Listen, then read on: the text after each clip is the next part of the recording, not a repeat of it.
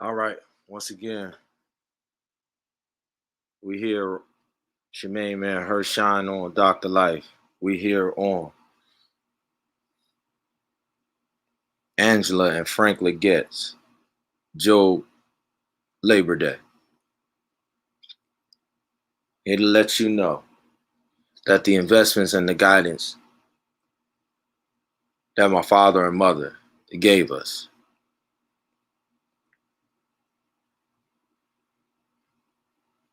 We went into Chicago, Illinois in 1999, and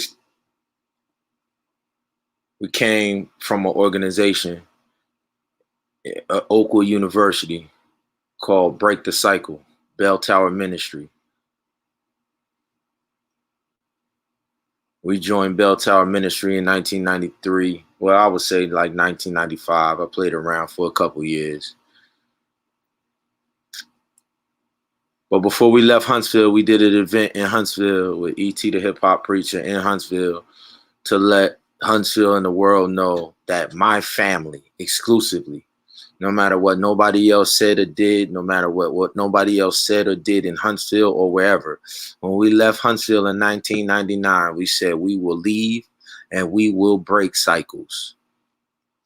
Cycles of poverty, cycles of broken home of marriage, the war on the family, the war on drugs, whatever cycle, whatever attack is on the family, we took E.T. the hip hop preacher, who was the face of the cycle at the time. We were the physical bedrock. When I say we, my wife, myself, my group, Alien Nation, just like we were the physical bedrock of the world-renowned acting, drama, and performance group, Phase One, that went all over the world. Creative Arts, that went all over the world. General Conference of Seventh-day Adventists, Creative Arts, all over the world. World-renowned, no question. So when we were leaving, going to Chicago, came to Chicago, put Chicago on notice. Mind you, E.T. the hip hop preacher is from Chicago. There's no reason that the number one motivational speaker in the world, with the number one transitional program for high school students coming into college called the Advantage Program, in the Midwest, Michigan State University. There's no reason in the world, when you have the number one motivational speaker in the world working with LeBron James, Kevin Durant, the NFL, Quicken Loans,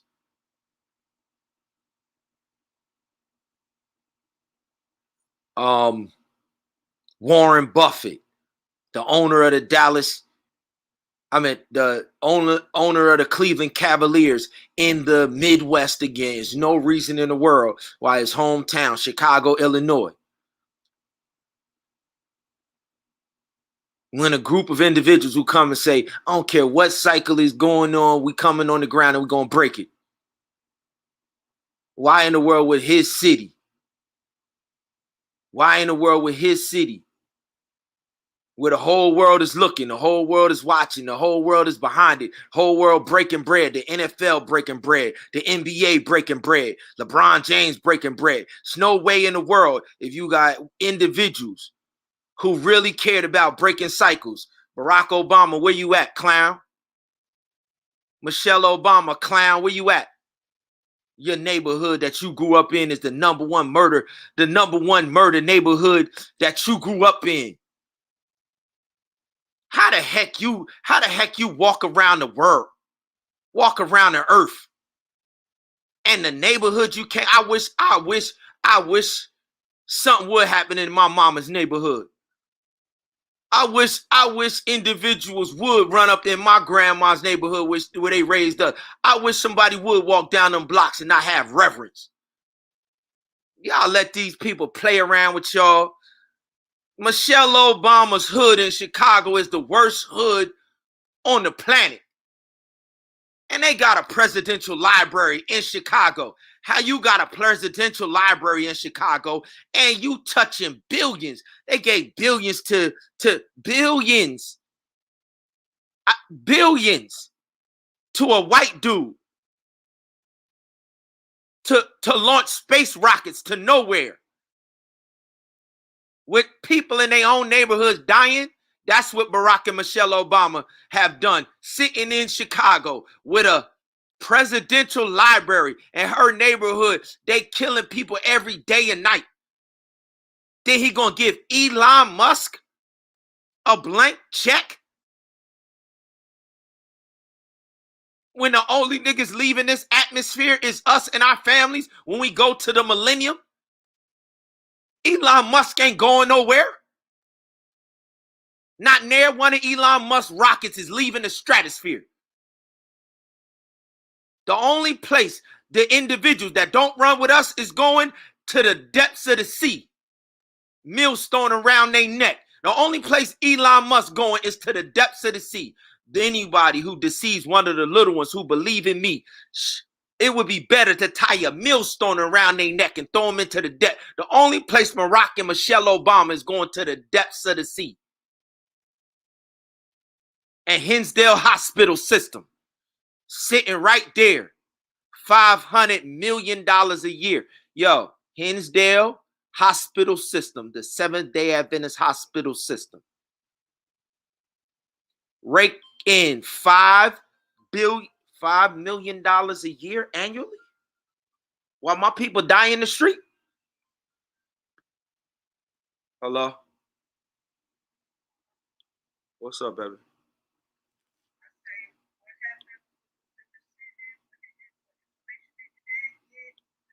He was, last time I checked, he was still at the funeral home. So I'm trying to find out. I try to give him time to resolve. Oh, no, I didn't. I didn't. I got the other stuff paid, but I didn't call capital. The water.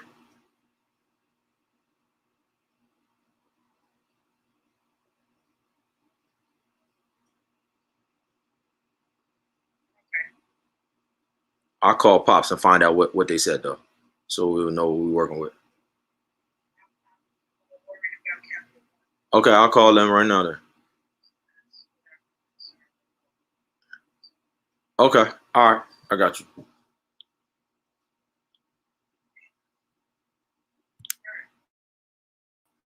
All right. Over.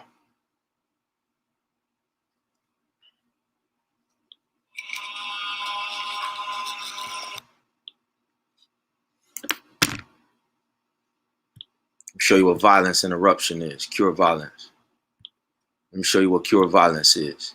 And let me also tell you that my class, not only just myself, not only just my wife and myself, which includes 3 members of the class of '93 from Pine Forge Academy, myself, my wife, and Craig Morgan. Also includes 2 graduates, other graduates from Pine Forge, my oldest son, class of 2015, and my oldest daughter, the class of 2017. When I talk about violence interrupters, when I talk about cure violence movement, when I talk about we have the blueprint, our roots are in Chicago, right alongside E.T. the hip hop preacher. My wife's from Chicago. All of the family, all of my wife's family is from Chicago. We go to Chicago with a Good Samaritans organization alongside of, on top of Break the Cycle, going all over the city, taking on anybody who wants to join with us, unite with us, and cure the violence, the poverty, the sickness, the death.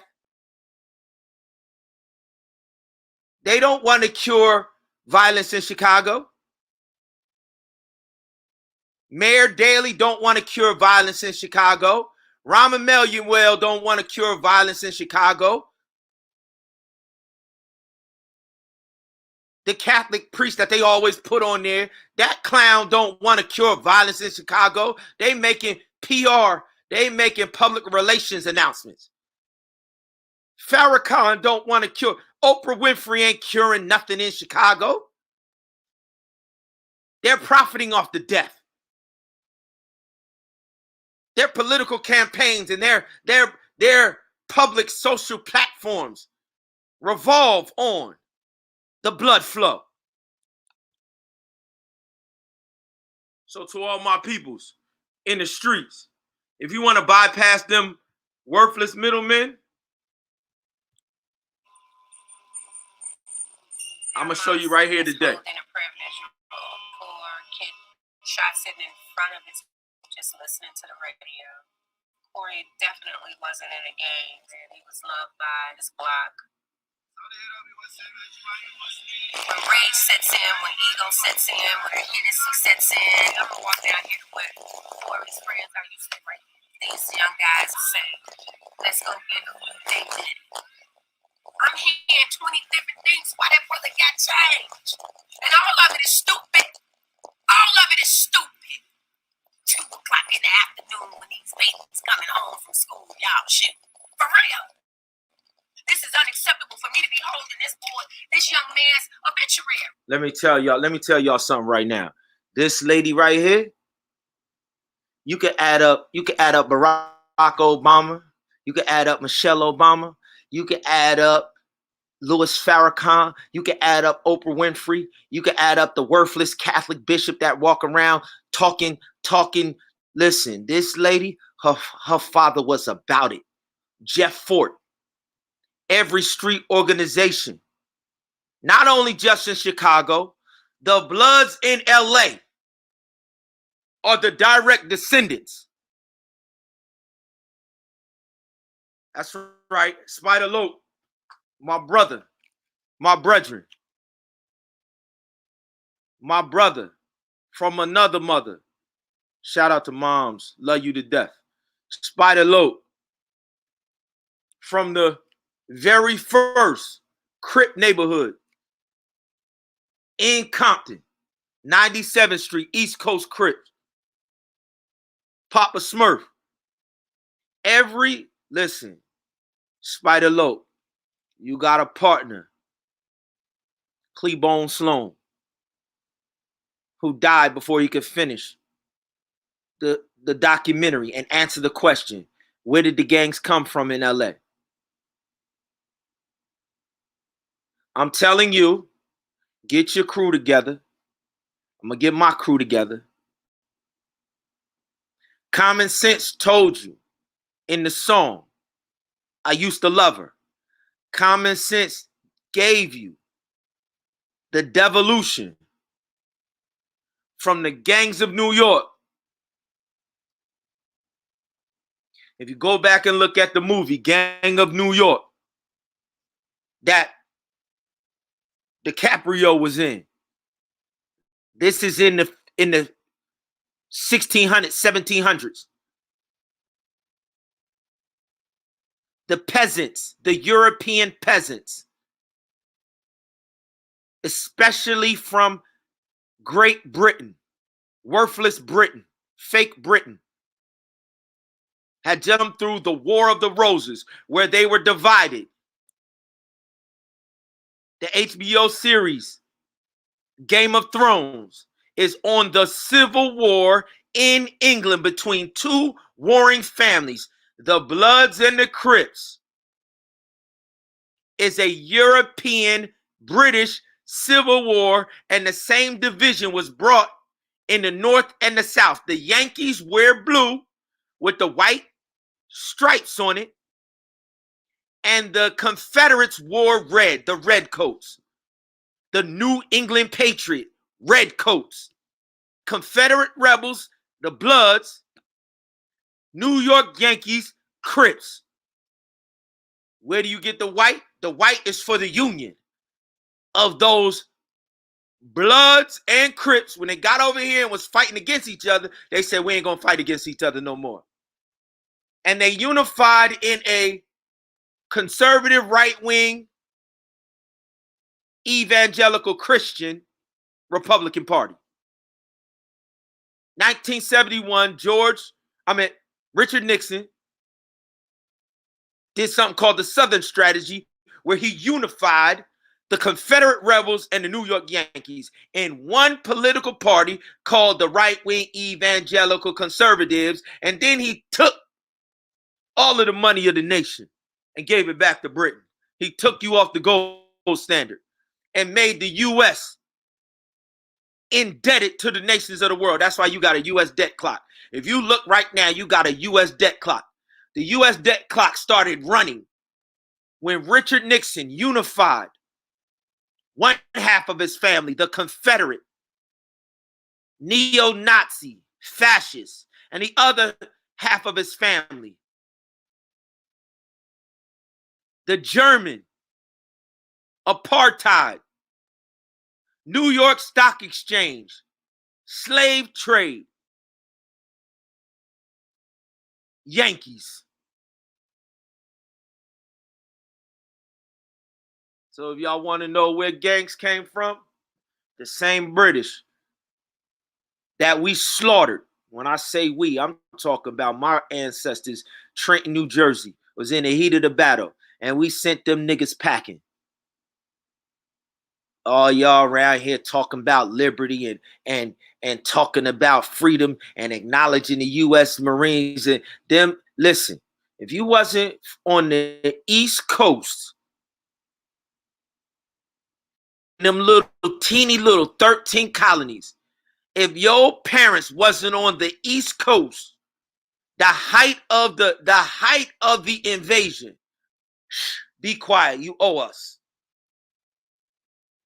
I don't care if you from Texas. I don't care if you from Atlanta, Georgia. You wasn't even in existence then. I don't care if you from Virginia, Ohio, California. I don't care. Listen, just say thank you, baby. All you can say is thank you. Chicago, Detroit. All you can say is thank you. St. Louis, New Orleans, Arizona, Vegas. All you can say is thank you. Dr. Life, thank you for abundant life. What can I do to serve? That's all you can say.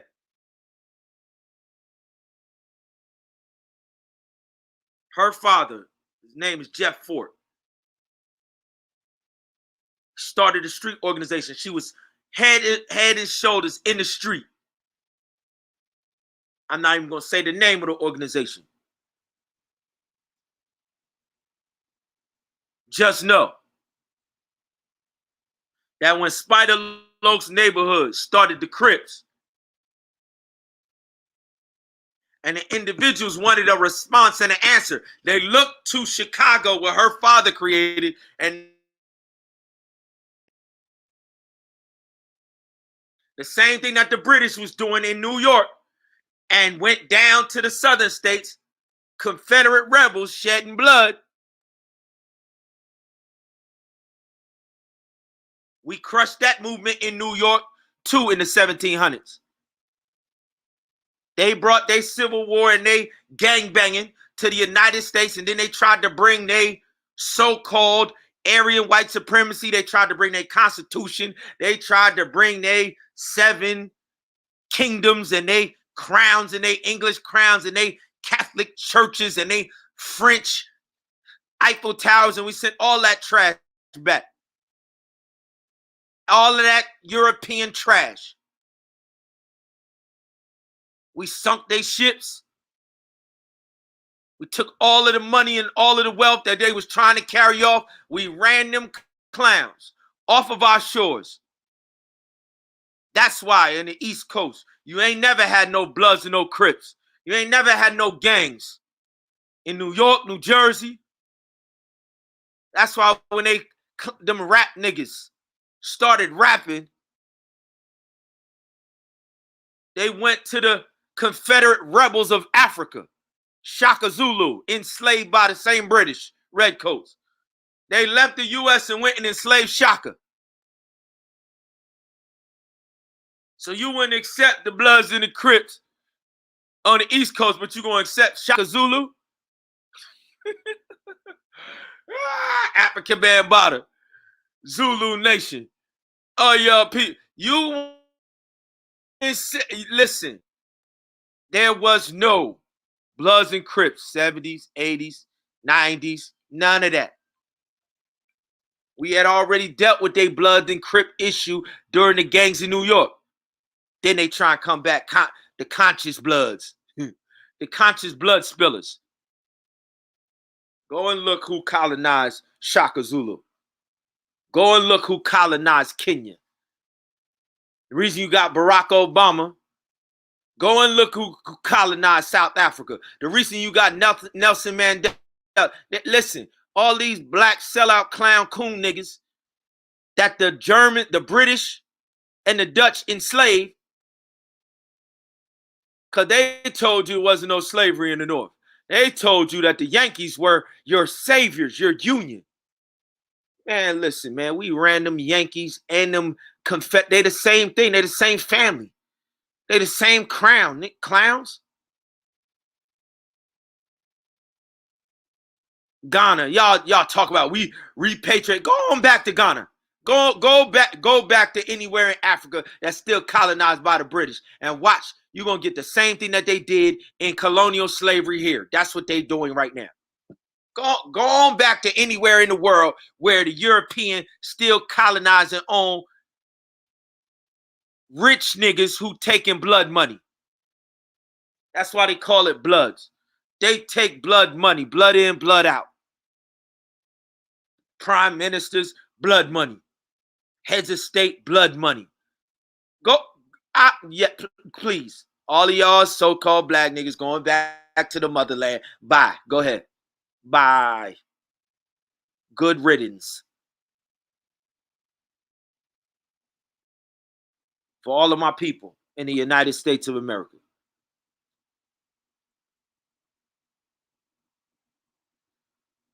Who simply want to get married, have children, have your children, get married, have children, be fruitful and multiply, replenish the earth, subdue it, and rule with dominion. This is the phase of this country and history that we're going back into again.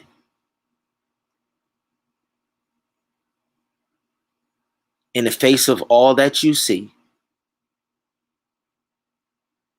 because the history that they told y'all is a lie. So when they hit a reset, all they're going to get is the same thing from us and our family that they got the first time they came here. We're not going to do anything different. And the wins and losses ain't going to be no different.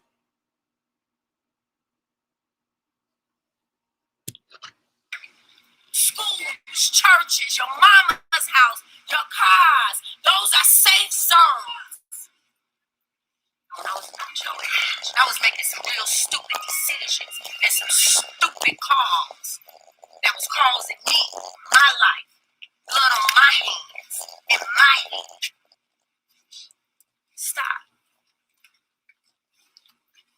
Who does this baby belong to? Who does this little shorty belong to? He just hanging around, y'all? He just hanging.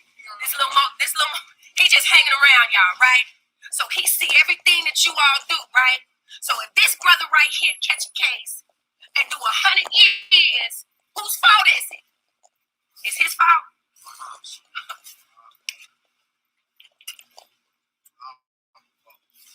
Teach him righteous. Y'all got? Yo, sis, and anybody else like sis. If you taking that street credibility anywhere else, you wasting it. To tell individuals to teach them righteous and they don't have access to righteousness, it's a waste. They can't teach what they have never had access to. And when individuals who have been given access to transformational power, and then have sat on it and consumed it for themselves, Right there in your backyard, sis. The Seventh-day Advent, listen, the Seventh-day Adventist hospital called Hindsdale. That's right up the street from you. From 1999, listen, my family has hooped at Hindsdale. Our family, Hindsdale Hospital, has sat back and watched death and destruction. These are the same Germans and the same British that came here from civil wars, from Black Death. And then God revealed a message and a vision to a man named William Foy, his wife. And he went all around North America, to Boston, to Virginia, to all. And these ignoramuses from Europe who ain't know nothing but death, they got a glimpse of transformational power. And then they went and took the God-given knowledge and set up hospitals, and then withheld the love from the very people who gave them. Listen, if the European had knowledge, they wouldn't have had to come here to the shores. Black Death, bubonic plague, war after war in Britain, France. Listen, if the European had knowledge, why are they here?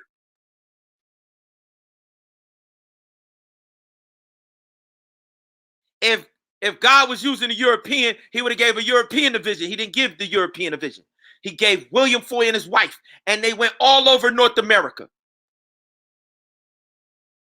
Before then, Black people and white people, I will show you together, were painting a picture of Black people being ignoramuses in a art form called the Black minstrel era.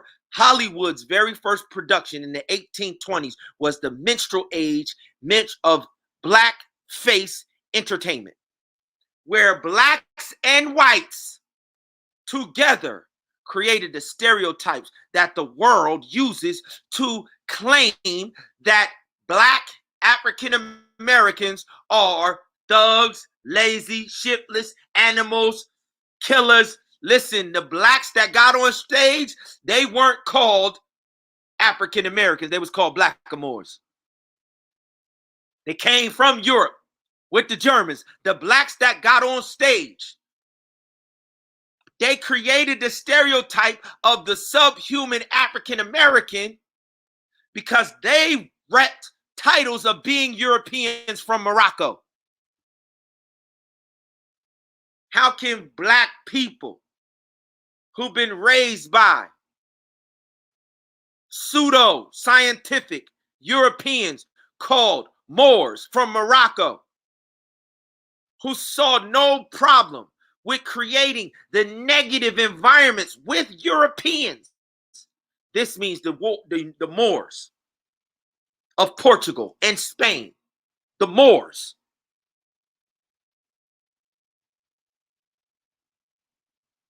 are in amongst our people. And when our people don't separate themselves from the damage that the Moors have always done to our people,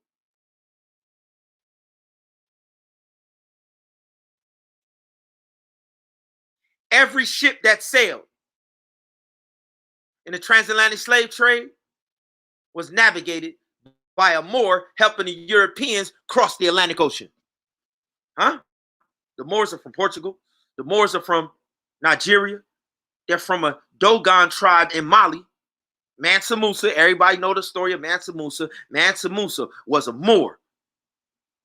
Ghana, Nigeria, Mali, West Africa, the so-called Gold Coast, that them Moors gave all of the gold of Africa to Arabs.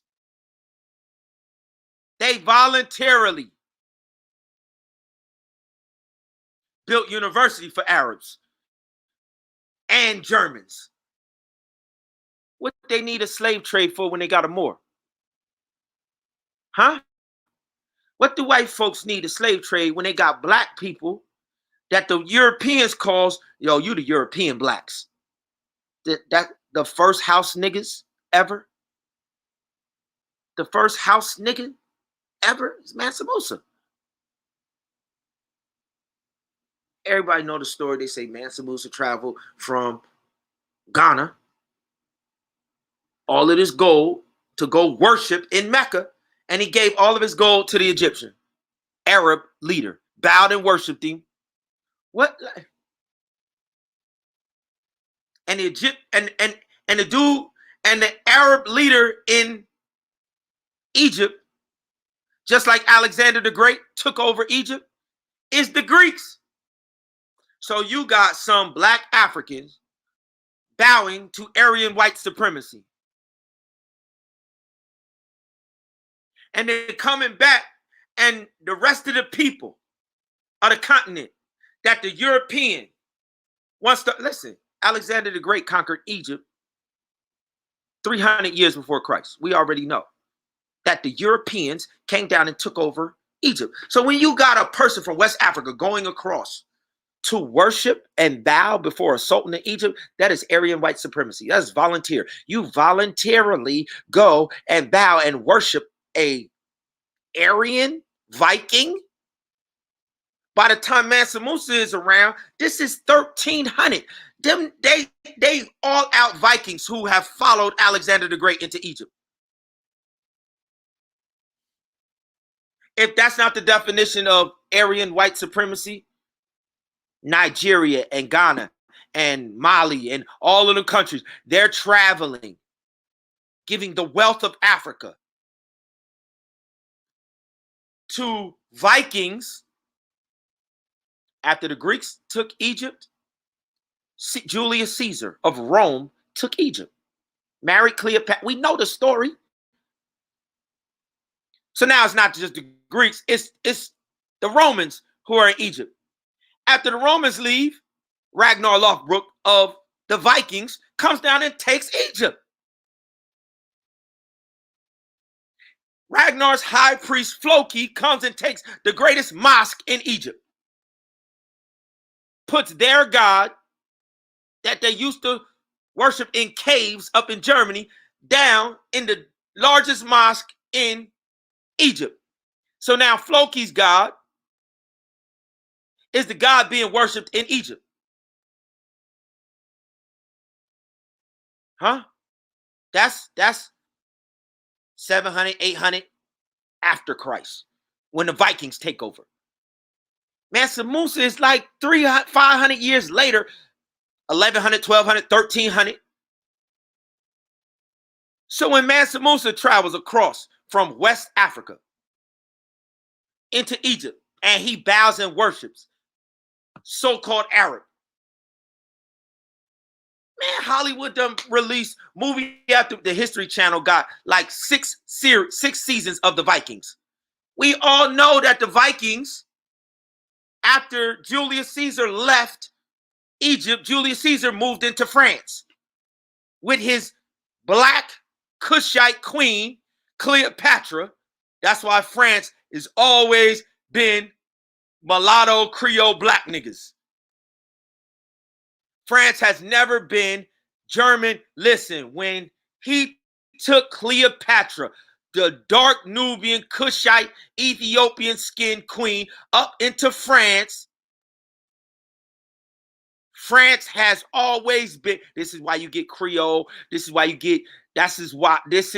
they have New Orleans is the land of the Creole, which is a light skin. Beyonce Knowles is from New Orleans.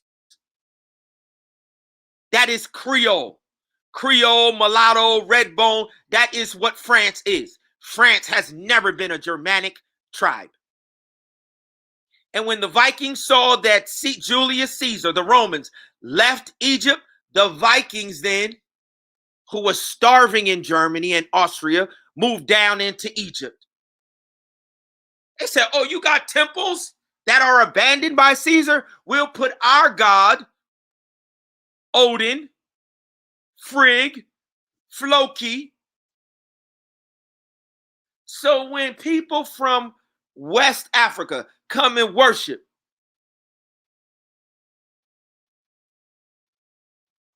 if the people of Africa was enslaved under Julius Caesar, then they still going to be enslaved under his first cousin, Ragnar Lothbrok.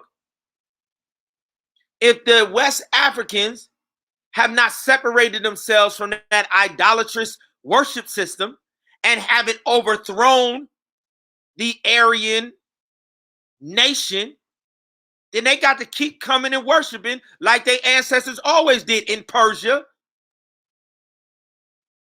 The Persian Empire is full of black individuals. And when Julius Caesar ruled over Jerusalem, Julius Caesar ruled 50 years before Christ was born. Jerusalem, Persia, everything that if those kingdoms were still worshiping those deities then under Caesar,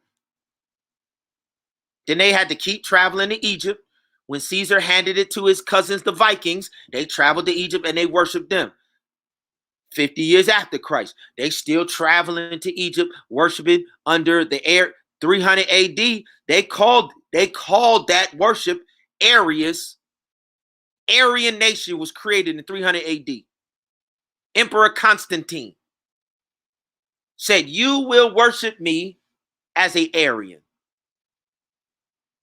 From now on, Rome will be known, the Germans of Rome." They didn't use that term until 300 AD, Emperor Constantine. And if black people from Ghana and Nigeria went over there in 300 AD and bowed to Emperor Constantine and didn't have a rebellion, didn't overthrow the throne, when he tells them, "Now you will acknowledge me as the Aryan king, God, king, and high priest on earth," and when they bowed to that, history says 1,000 years later, when Mansa Musa comes, it's Africans. All of Africa wasn't bowing to that trash. We know that. We know that. That's why the British pick what nations they colonized. We can tell you right now what nations were bowing to the German Vikings, because the British still have them black niggas bowing to them right now. Kenya has always bowed to the British. South Africa has always bowed to the British. And you always have a black sellout that they sell to you as a liberator, as a leader of democracy, because Britain has never, ever relinquished their claims to being the Aryan white rulers after Constantine and Julius Caesar. So them black countries can talk about, we got independence.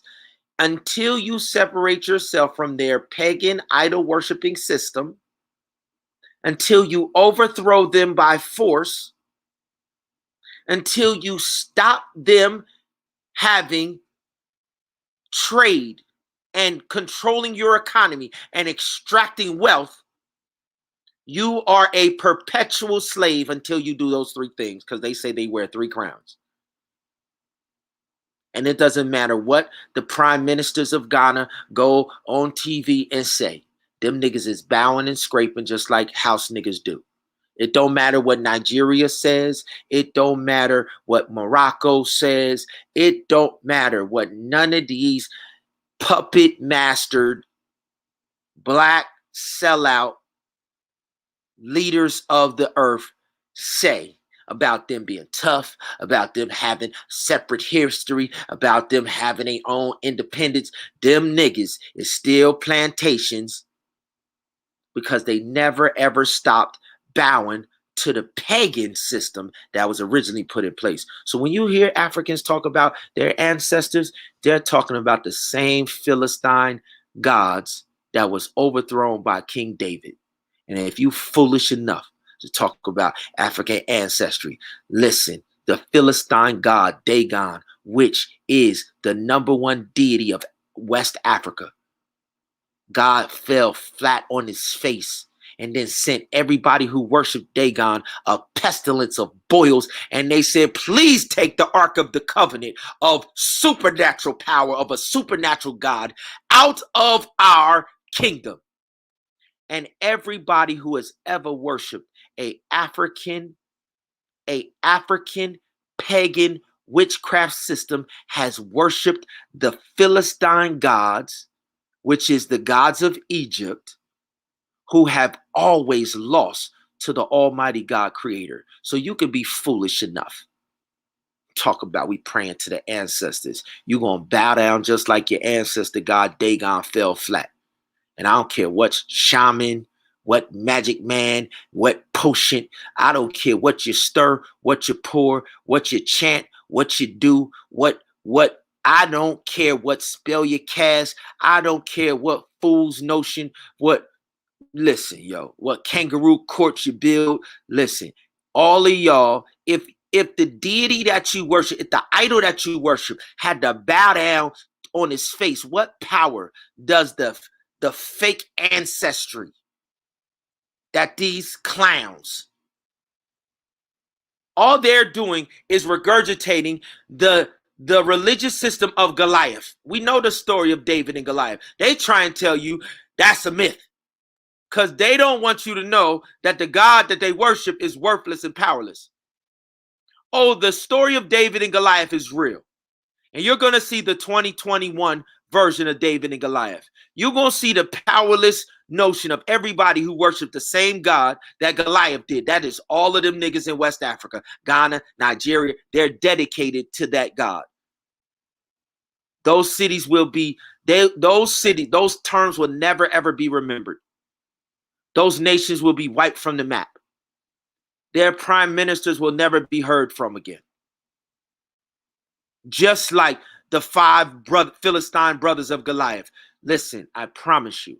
I promise you.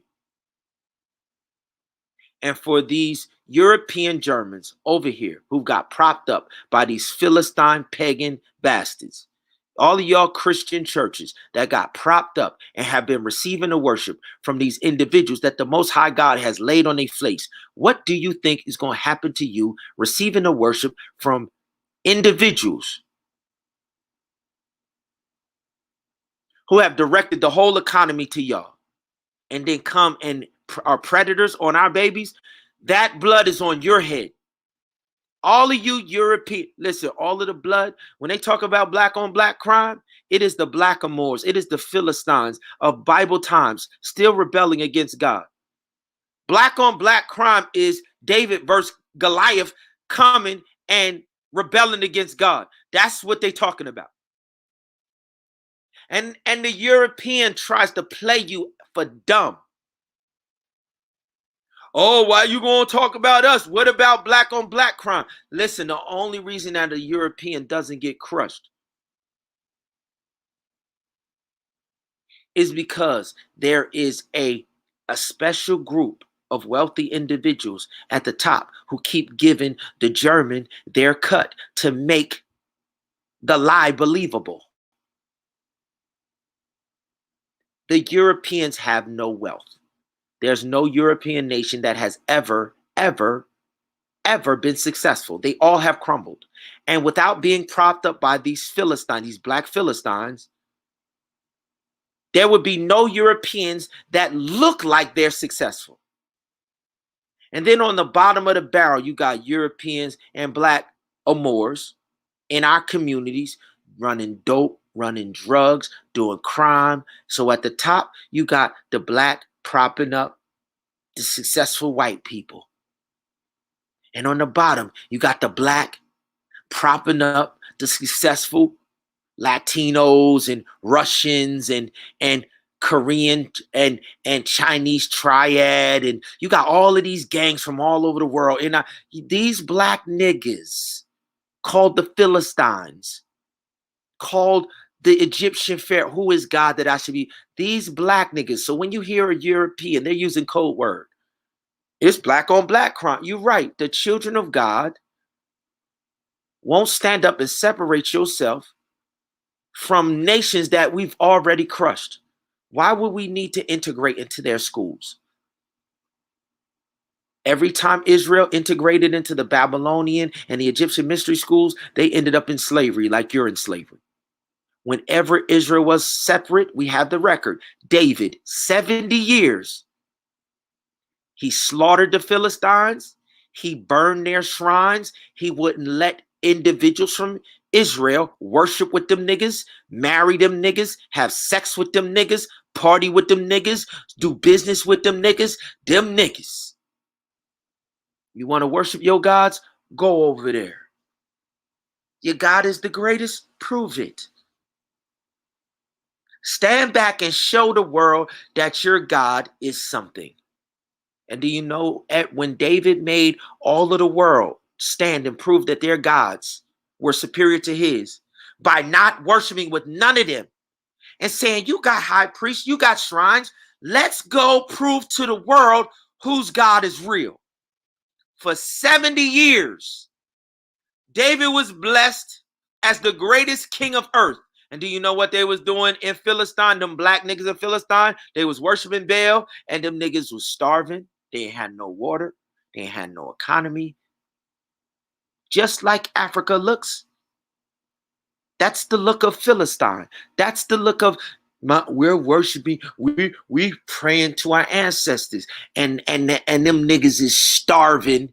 Third world, we communicating with our ancestors. All throughout Earth's history, the Philistine has never overcome idolatry and poverty.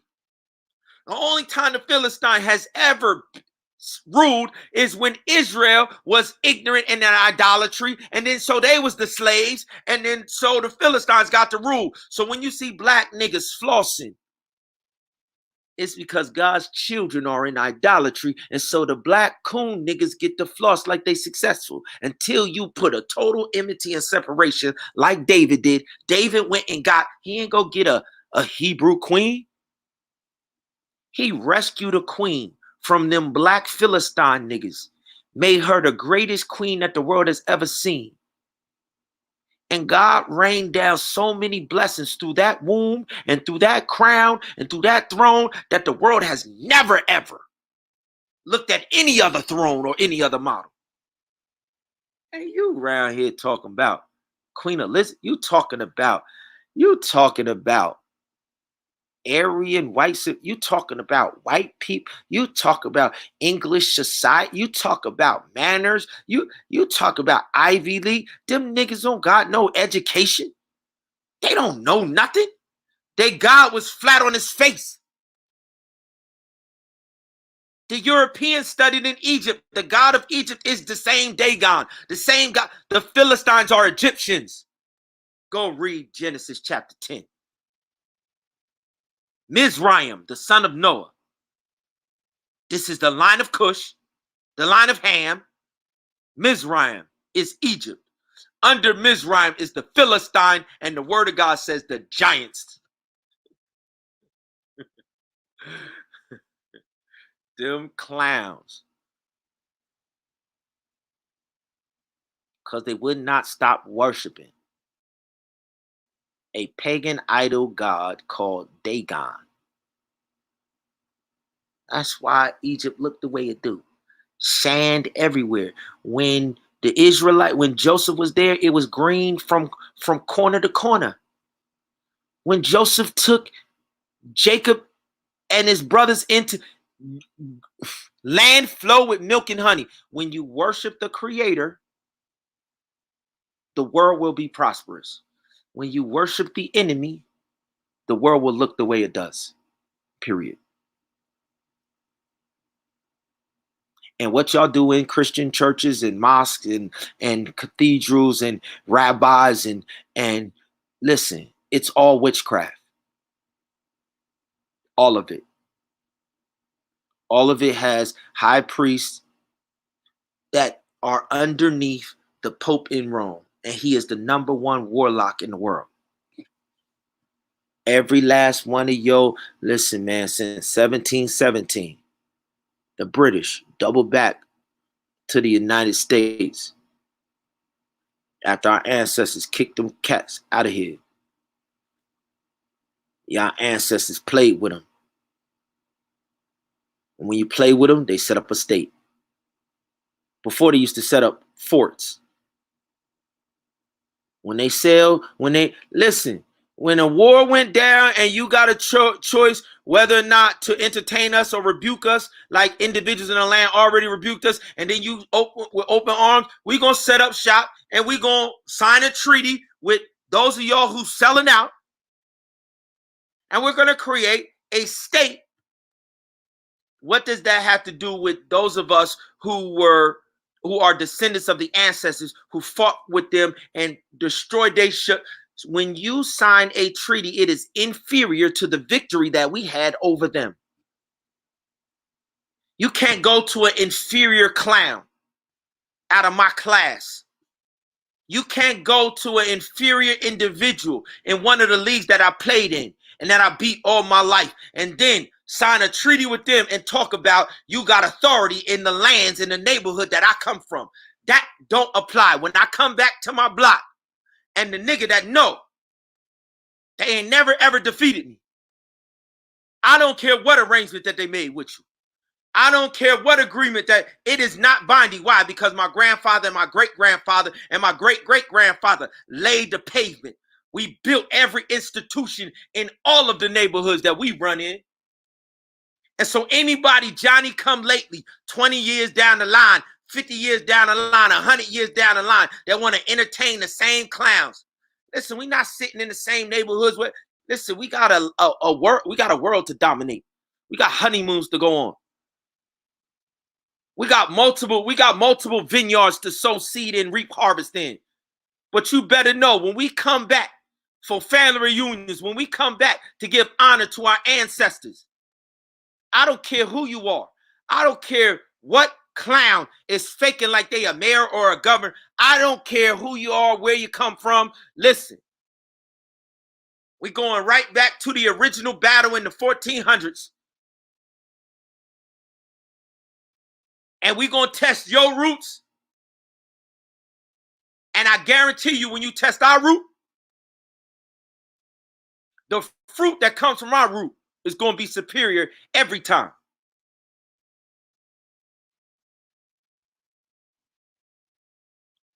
Let me show you how this Seventh-day Adventist hospital, Hindsdale, has sat back and watched Chicago while making $500 million a year. So we simply did the math for the 24 years that we've been there, playing in the Hindsdale gym. We broke bread and we spent money every weekend with the Hindsdale Hospital Church gym. We spending money with them for 24 years to play practice in their gym. And they sitting back extracting $500 million a year from a health system that my ancestor revealed to Europeans. And they sitting back because they live in the lie. Their children and their grandchildren are living the lie in the lap of luxury of Aryan white supremacy. That's what white people in the United States of America do. They came here with nothing, vagabonds. They all came here as indentured servants, black and white from Europe. You didn't cross the sea unless you signed your name that you was going to work as a slave for at least 7 years. Every European that ever crossed the sea came here as a slave. Everyone. German, French, Dutch. So when you come here as a slave and my ancestors was here, is there any question about authority? Then my ancestor goes and preaches a vision about the second coming, vision about health message. A woman named Ellen Harmon testifies and wrote book after book after book about the visions that she got at the feet of my free ancestor, William Foy, and his wife. Then you take Ellen Harmon and you steal from her what she learned from William Foy, my ancestor. Then you build a hospital, and you put a hospital in Hindsdale, outside of Chicago, and you watch blood flow. Come on, bro. Yo. Huh? What up, baby? No, Munchie's in his room on his Kindle. I could get him, maybe.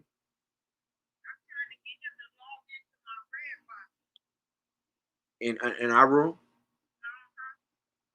All right, what you trying to see on Redbox? I could pull it up. Give me a second. Let me.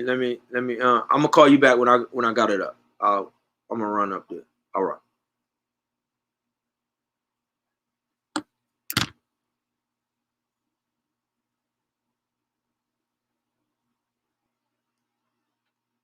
When you take $500 million a year,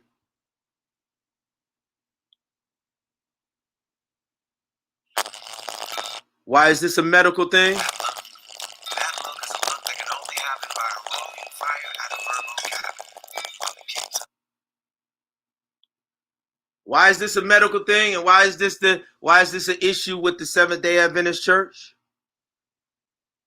I'm gonna let my peoples cry out for help, and you're gonna see the medical connection.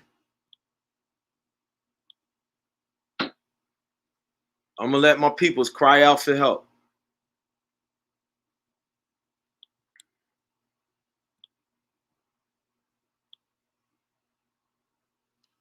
My peoples is crying out for help. Our hope is that before things escalate, somebody, whether it be a participant or another contact that we might have, will give us the heads up that an incident is brewing or an incident has occurred and a retaliation is brewing.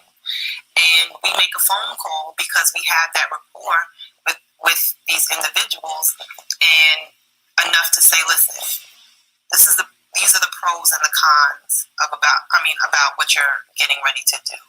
If you take matters into your hands and go and shoot this individual because of this issue that you have, this is what's going to happen to you. We know you.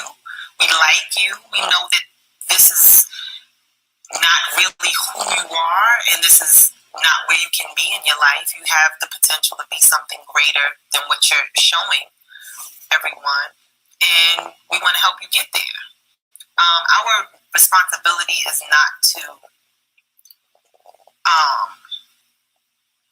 and this is the conflicting thing. Our responsibility is not for us to say, we're trying to dismantle the gangs, or we're trying to get you to stop selling drugs, or we're trying to get you to stop using drugs.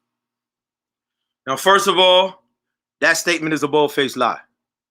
Because all of these organizations, they partner with Farrakhan. And Farrakhan is a religious leader.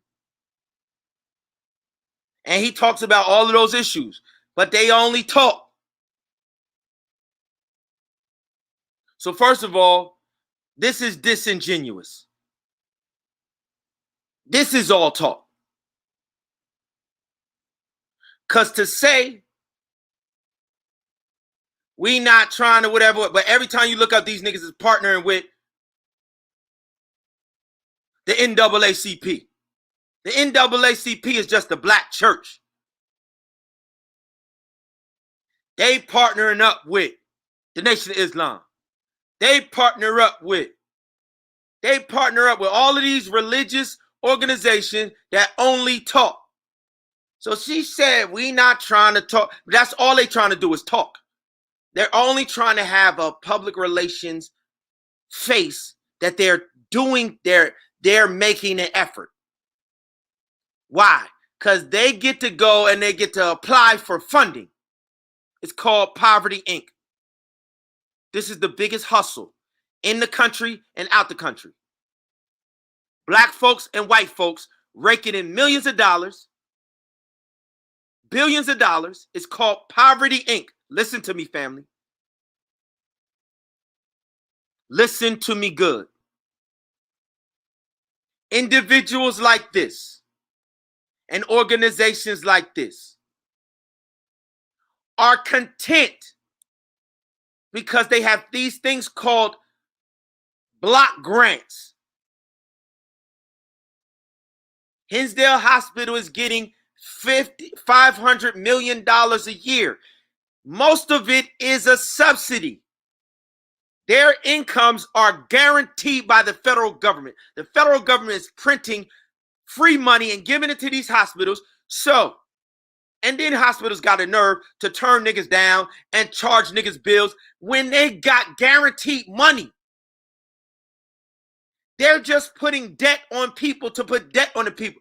Every United States institution, with the money that they get from the federal government, whether you pay or not, can pay all of their bills, all of their salaries. Listen, it is a lie that you got to pay the hospital back for the hospital to stay open.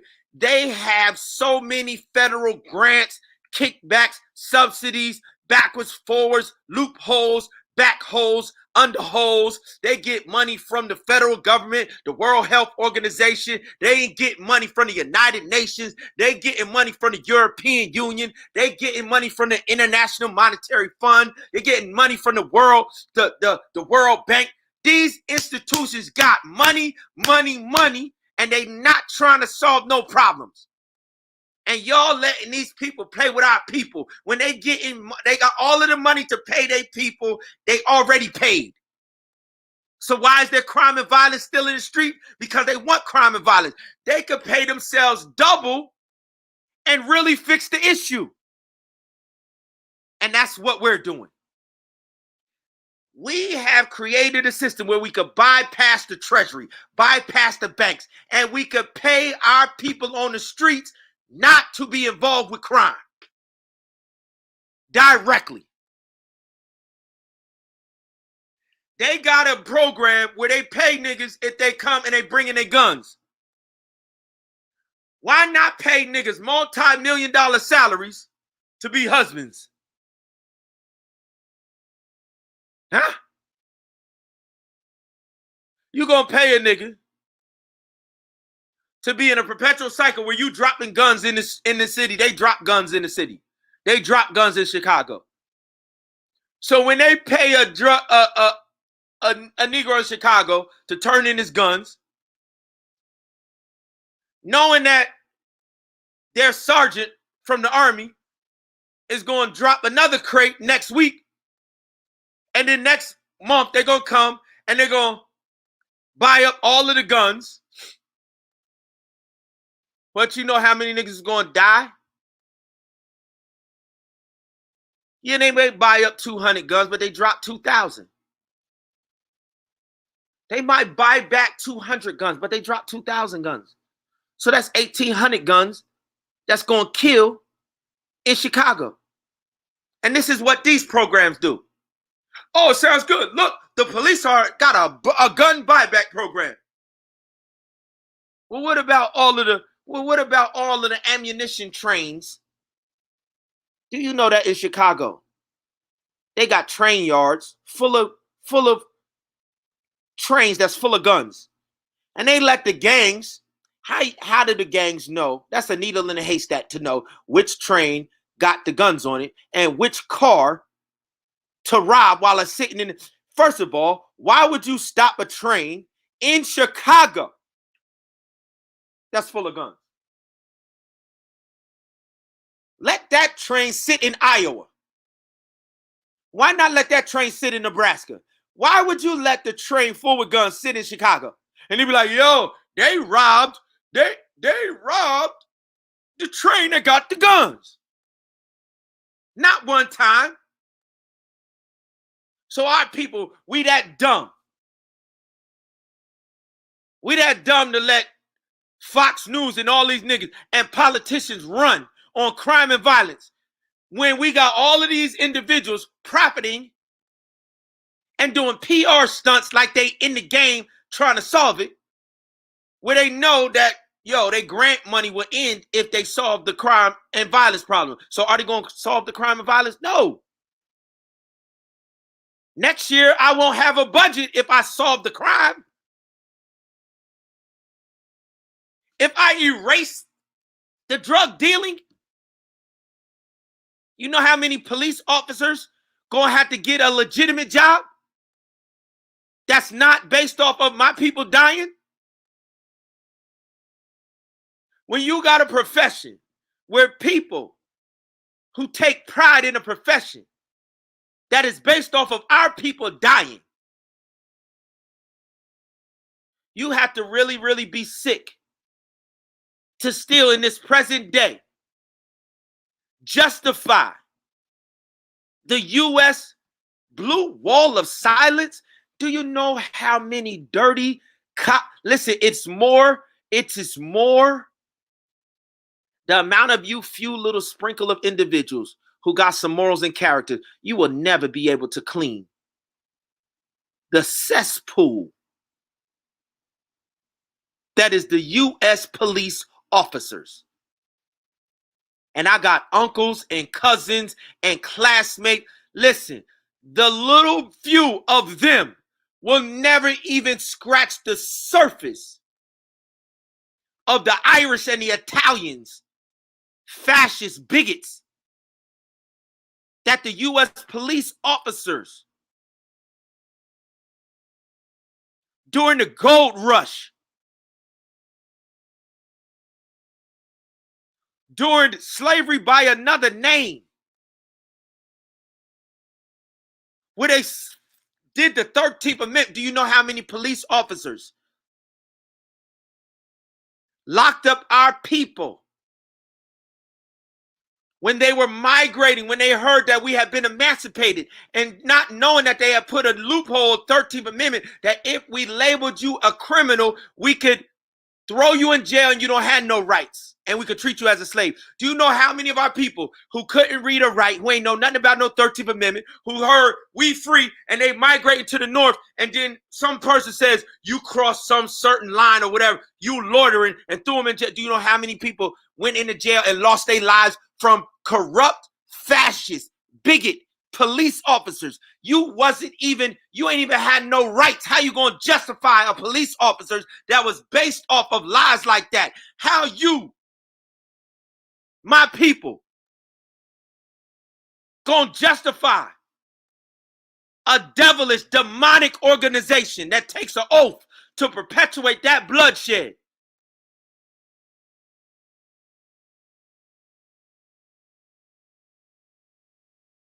Judgment, a day of atonement, September 15th. Listen, I'm telling y'all, listen. God is about to hit the earth. God is about to hit the earth with a just reward. Ecclesiastes 3, I will give it to you, y'all. What is has already been. Cain killed Abel, right? And God cursed Abel. And every time Cain's seed repeated that, the punishment was ramped up until God said, after the flood, the reason that David was a killer and a warrior, God said, yo, I will have a righteous priesthood called the RENOWN that will always judge on earth. They will not bow the knee to Baal nor kiss him, so they will be my judges and they will execute. I will require an accounting for every drop of blood. Y'all run around here with texts that say, yo, God said, turn the other. He was talking to them fake Hebrews who have shed blood and shed blood and shed blood. Y'all don't know that God has given permission to a renowned faithful who will not engage in idolatry to exact justice for every drop of blood, double what you have done to our people. Not only do we know the text, we have made the vows and the covenants to be able to judge and execute judgment. And I'm just warning y'all, after September 15th, when we go into open season, the same death angel that killed the firstborn of Egypt, we are the fourth horsemen of the apocalypse that rise with the angel of death. I'm trying to let y'all know, with y'all mamby-pamby little Christian church, listen, with all of the blood on the hands of them Christian churches, go in there if you want. With all of the blood on the hands of the U.S. military service, let your babies believe the lie that the U.S. military service is patriotism. It is patriotism because they call this New England. And if you are a soldier in the U.S. military, you are in the British Army. I'm not going to tell y'all again. New England Patriot means New England Patriot. They call this New England. And when you go into the military service, you are taking oaths to England. You are a traitor. The blue wall of silence. You are a traitor. Not going to tell y'all again. You can clean yourselves up September 15th at the Day of Atonement. Get your whole new life. He said, come and I will make you fishers of men. The rich young ruler had the same blood on his hands that my people got. What must I do to be saved? You got to give up being a police officer. And you got to give back to my people that you've extracted death from, double for what you have done to them. That's the price. And he walked away and lost his life. What must I do to be saved? You got to stop being a rich young ruler at the expense of my people. I require an accounting for every drop of blood. September 15th is my dad's birthday, and it is the Day of Atonement in 2021. Everybody who wants to give up propping up a system of death and destruction, and you want to exchange and bypass the area of white supremacy, and you want to bypass the lying lips of destruction that you've lived. Everybody, I promise you, we have the equal and opposite match. That's double whatever they paying you. And we're going to put you in position to make whole the very people and the very populations that you have destroyed. And we're going to pay you double than what you was paid for. And we're going to pay our people. We ain't, listen, man, I'm just telling y'all what's going down. Y'all could take it or leave it. But when we get down to getting down and handling the business, and when you haven't consecrated, when you haven't been coronated, when you haven't put on the uniform, when you haven't come and tried out, when you haven't practiced, and when you ain't joined the team, you outside the ark. Do not come and try and jump on no bandwagons. We not acknowledging none of y'all niggas. Just like Noah, when the ark was closed, the ark was closed. When the rain came down and the waters came up, whoever in the family wasn't in the ark died, yo. The same days is coming. I will require an accounting for every drop of blood. I can't tell you no different. So we're trying. Our purpose is to get them to stop killing one another. So in the most effective way possible.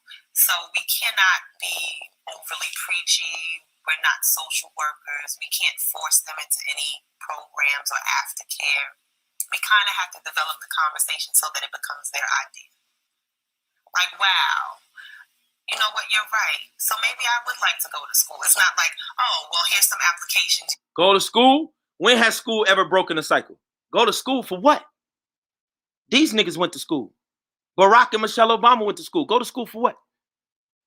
School has never broken a cycle. Your problem is school. School is the decoy. School has never been a blueprint for abundant life. We talking about abundant life. He said, I came that you might have life and have it abundantly. You have wasted your talents of abundant life because you're settling for Western education, which is a decoy, and the broad way that leads to destruction, out of the reach of knowledge. School for what?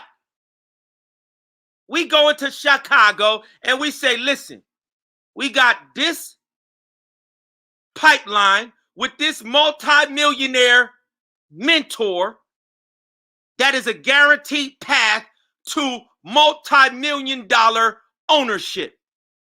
Just own it.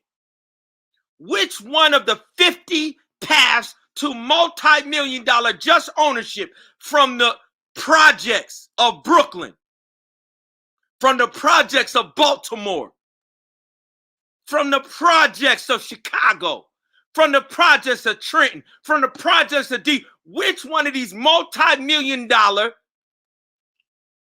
have lifestyles do you want to own? The only caveat is 1,600. When they give it to you, 1,600. You got to create 1,600 and give 1,600 individuals what they gave you. That's the price. What must I do to be saved? He said, I will make you fishers of men, 1,600. Go to school? Heck no, my people ain't getting off the block. Why in the world would they get off the block? They're on the block because they starving. They're on the block because Reagan put drugs in their community. They on the block because Bush said it's going to be a new world order where white supremacy, we're going to trickle down economics and pee on your head and tell you it's raining. Why wouldn't my people get off the block for school? School ain't never put food in nobody's mouth.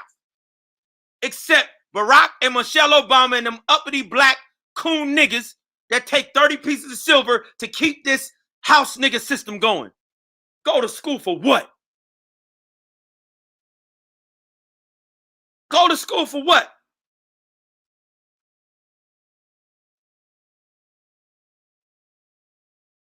All of y'all parents still saying that you accountable for the blood of your babies.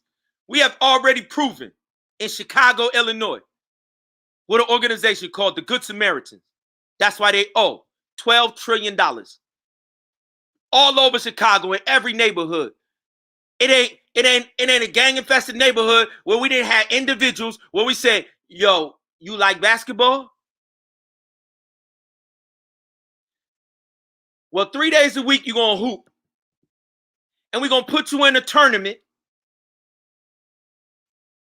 all over Chicago and Michigan from October to May. So I'm going to be in your life from October to May, doing the thing that you like. And then you're going to learn how to replace that negative dope money that you do on the other 3 days. We're going to go down here to this community organization, and you're going to pick what entrepreneurial multi-million-dollar business you want my peoples to train you in. And then I'm going to bring the best motivational speaker in the world, who right here from your hood. Every other year, we bring E.T. the hip-hop preacher in. Yo, E, tell these niggas how to do it. Give these niggas the blueprint, E. So now I'm not accepting no excuse. You got a nigga from Chicago who was raised with 17 niggas in the crib, poverty, mama ain't go to school, mama ain't go to church, nobody in the family went to church, daddy wasn't in his life, he was homeless, high school dropout, ate out of trash cans. Somebody invested in him, opened up some doors for him, and he made the most of an opportunity when somebody opened the door. I'm here to open the door for you. Will you make the most of it and then open up 1,600 doors? That is the model. That is the blueprint. I don't want no excuses. I ain't talking about nothing. I don't want to hear nothing. I want to hear about, yo, tough times. Listen, who ain't had tough times? And everybody I'm dealing with is multi-millionaires from tough times. Listen, don't talk to me about ain't none of these niggas going to school. Listen, all these niggas got in common is every last one of them have invested in an opportunity when doors have opened up and they never look back. That's all you need to do. That's what Job did. That's what Noah did. That's what David did. That's what Joseph did. That's what Paul did. They ain't no, you the only clowns that let the West tell you that success comes through education. Some niggas that don't know nothing. Niggas ain't never built nothing. You name one European nation that a European has built. Come on, I'll wait.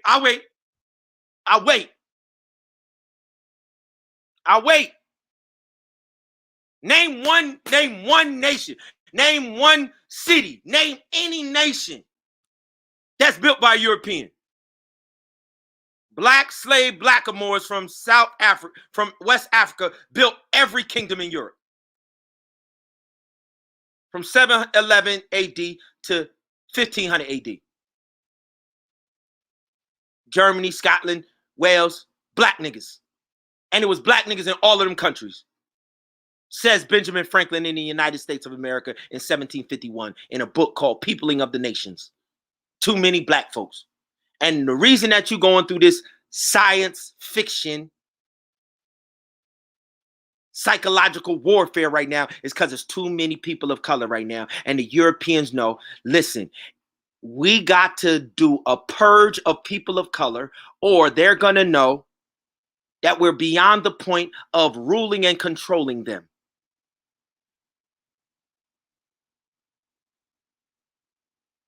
And for Europeans to be next to my father in an organization where they're claiming that they are a remnant, listen, for black niggas to be next to my father in an organization talking about you working for God, listen,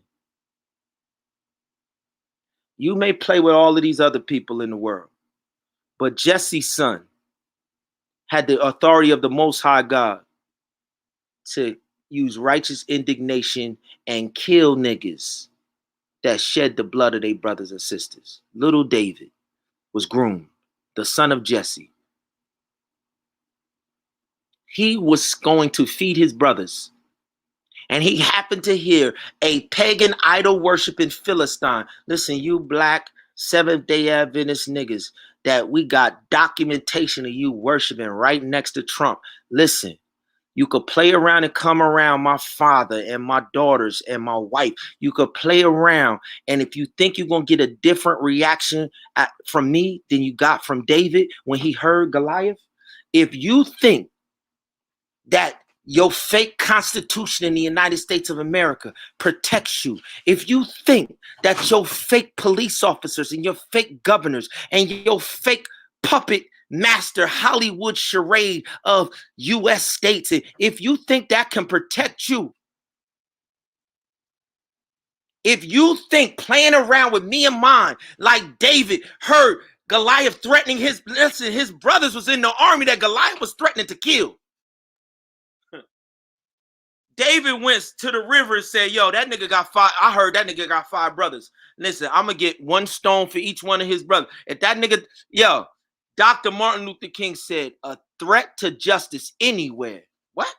Injustice anywhere is a threat to justice everywhere. Huh? Nowhere on earth can you black or white niggas do any injustice after all of the blood that you, nowhere on earth. If a black or a white idol worshiping clown does injustice anywhere in the world, you have threatened me and my family. You're on notice. If any white or black person anywhere in the world, Dr. Martin Luther King told you in 1967, injustice anywhere is a threat. And Revelation 18 gave us permission to burn Babylon down.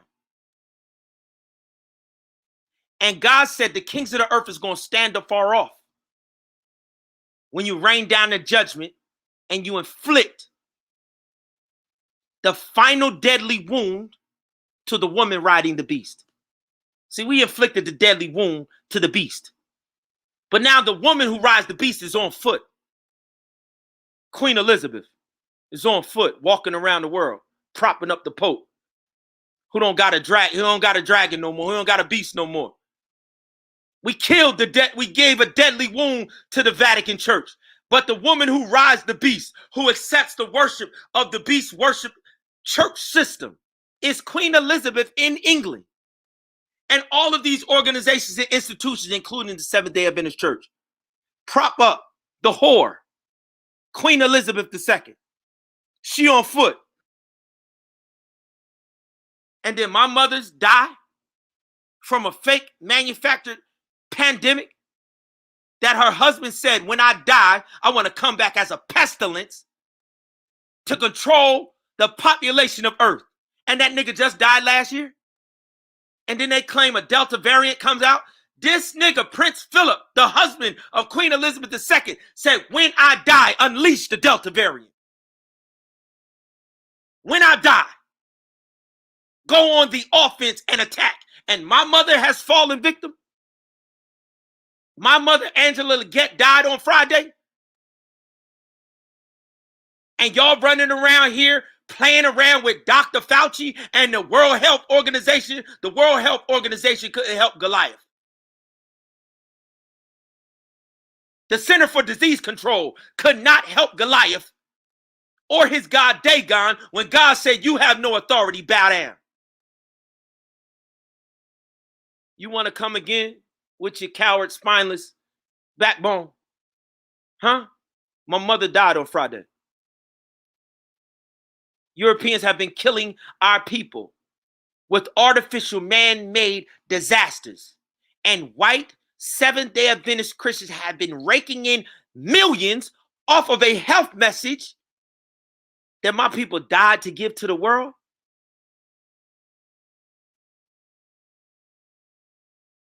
It's Judgment Day, yo. It's Judgment Day.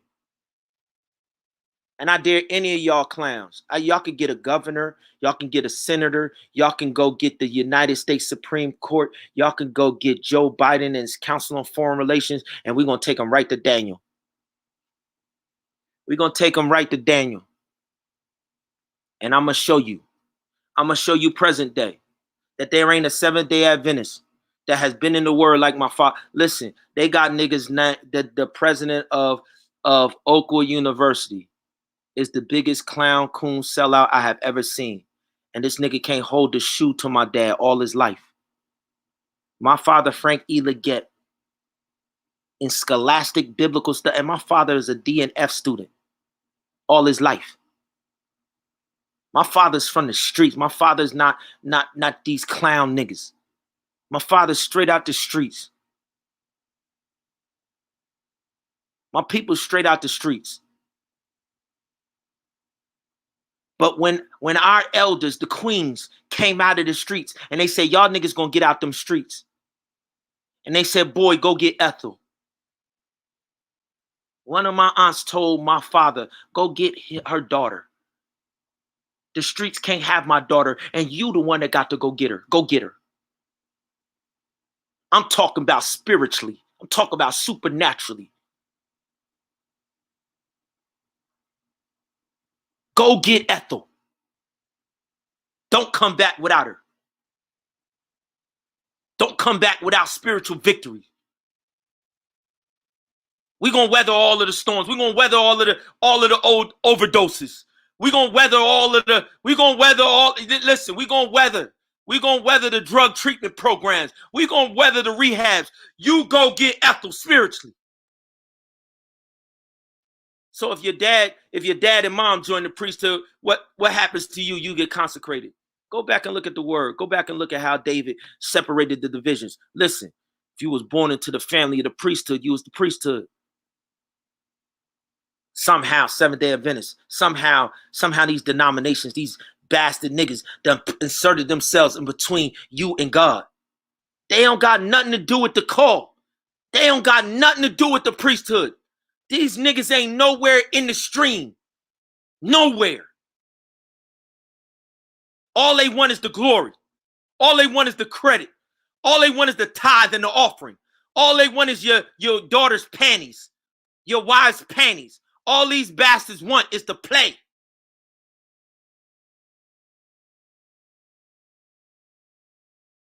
My aunt told my dad to go get, I took it personally.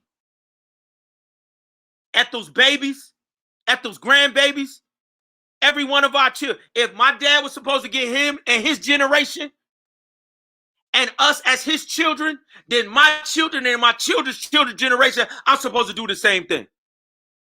That don't got nothing to do with none of y'all churches. And you ain't got a government official, you ain't got a law that got no power or authority over what my aunt told us to go do.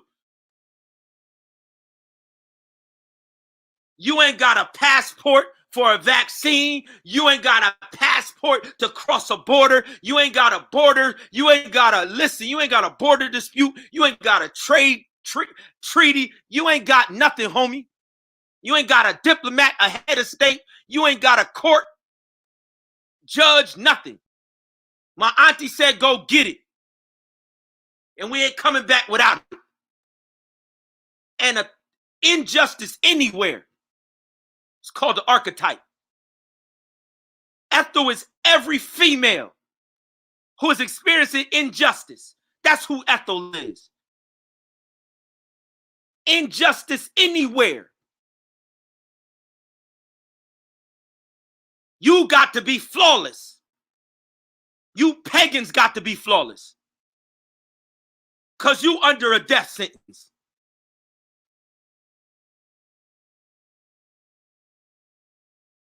You got to be flawless, and you got to deal with all of those who done opted into your system. But see, what happens is they vampires. They prey on spirits. And when they use you up, when they prostitute you, they want new, fresh individuals that still got spirit in them. You ain't got no spirit. They done already used you up. That's why they want everybody to worship like them, because they don't have no more spirit to prey on. They done abuse their children and their daughters and their wives so much. That's why they got 100,000 wives and listen, these animals and barbarians, listen, they prey on spirits.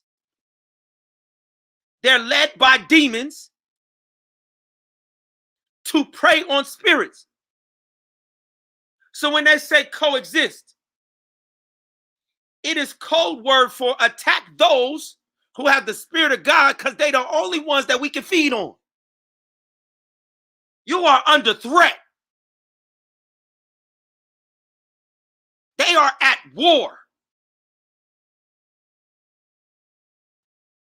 There's never peace.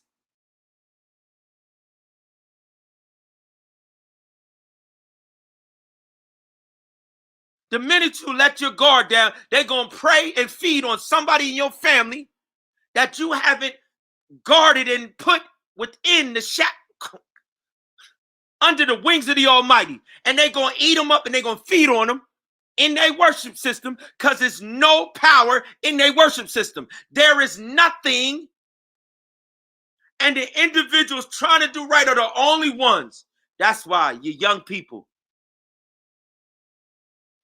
before they get married, they still got the essence that God put in them. Before they get turned out by these streets, before they get abused. This is why they like them so young. This is why they do such dastardly things to little babies.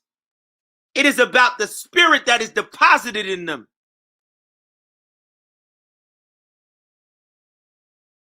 Nobody, that's why everybody in the world is immigrating to the United States. And then they say no people of color can come to the United States. They bring in the people from Afghanistan. Listen, man, they're importing more of their witches and warlocks who serve the God of the Philistines, who are European, who identify with Europeans. Listen, they're not stopping them clowns from Central America and South America. Man, they filling the United States up. You know why?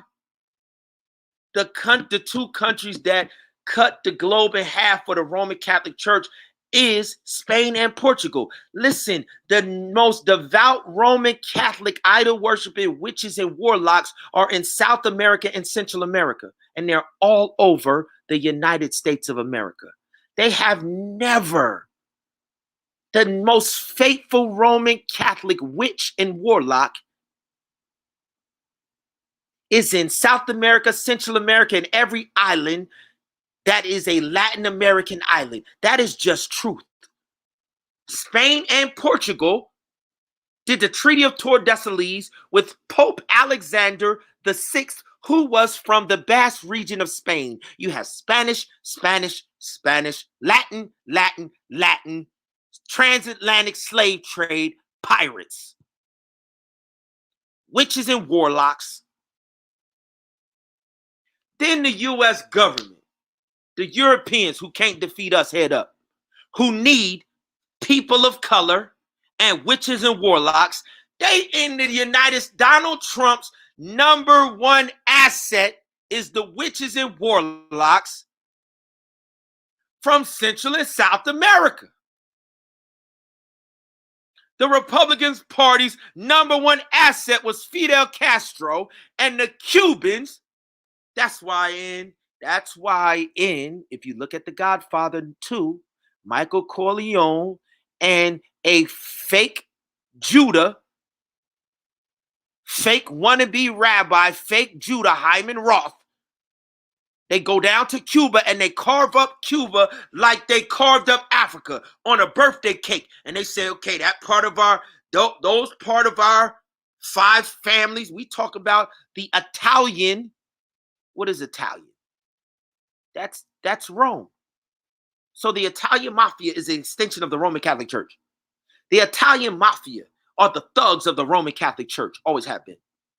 The drug dealers, the murderers, this is the Italian church still talking about Jesus Christ and doing mass. And listen, that is Santeria, that is witchcraft. The Italian mob in the Catholic Church is no different than the Mexican mafia and the Catholic Church. You just got Italy and South and Central America. These are the greatest Catholics in the world. The greatest witches and warlocks in the world are in Italy and Spain and Portugal. What is Portugal? Brazil. The #1 Latin witches and warlocks, and every one of the countries where they practice this witchcraft, it will always be third world poverty. It will always be crime. It will always be drugs.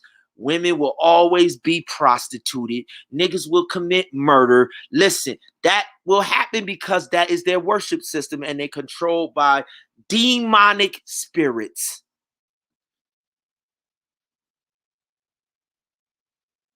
And here it is in the United States of America. The same individuals are running the same game. And y'all in the first world are just as dumb and ignorant as the people in the third world. And in your neighborhoods where these individuals live and work look just like the third world impoverished Brazil, Santo Domingo, the Dominican Republic, Haiti. Your neighborhoods look just like, because your worship is the same. And then y'all think y'all gonna all come here and bring all of y'all shrines and all of y'all witchcraft and all of y'all dope dealing and your drug money running and your human smuggling and your trafficking and your blessings from the Catholic Church and your blessings from Donald Trump on the slide and your blessings from Barack Obama. And y'all think that y'all gonna put God's children on the bottom. And y'all think y'all just gonna surround. And this time it's gonna work. I'm telling you, we are going through the same process that David and them went through to overthrow Saul's kingdom and put in 70 years of prosperity that brought death and destruction for everybody else who didn't worship with them. This is a worship battle and war. This is a war of the Holy Spirit and unholy spirit. Period. Period. Either you have the Holy Spirit and you fill with the Holy Spirit, or you have Satan's unholy spirits. That's it. Either you in the pride or you hunted by our pride. Period. Period. Ain't even a question.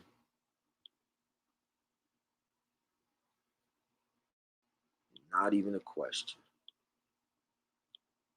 Let me show you Adventist history. Why they guilty.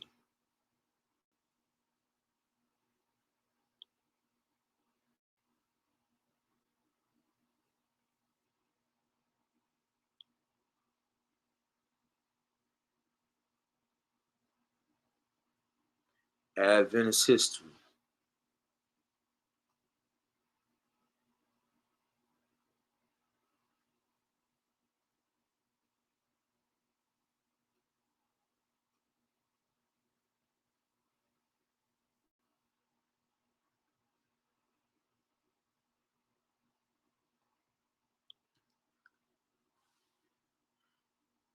Bustling cities, the work of Advent Health is defined by a unifying thread that winds through more than 150 years of a health and healing legacy.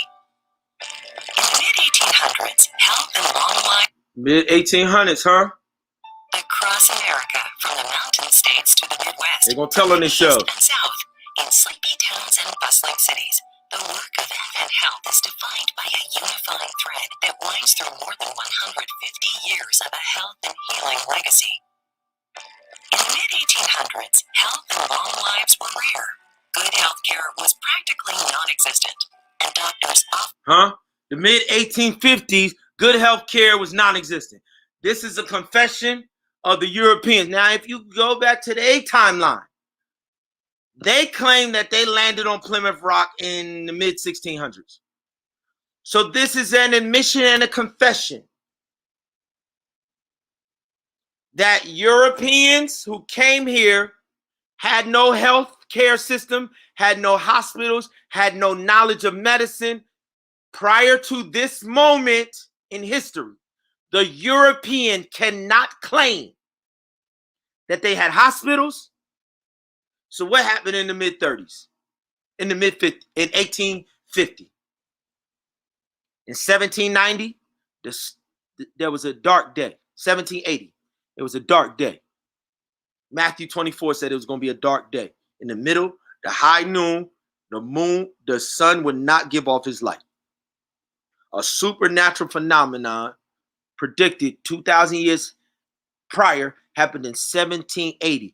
Preparing people, better go back to Matthew 24. When they seen the first event happen in 1780, there's a group of our people who already had the word of God, separate from the Europeans, who started preparing themselves to receive the final events, because the disciples in Matthew 24 asked God, what are the final, how are we going to know when you are about to come? He said, you will see this series of events happen before I come back again with my just reward for the righteous and the wicked.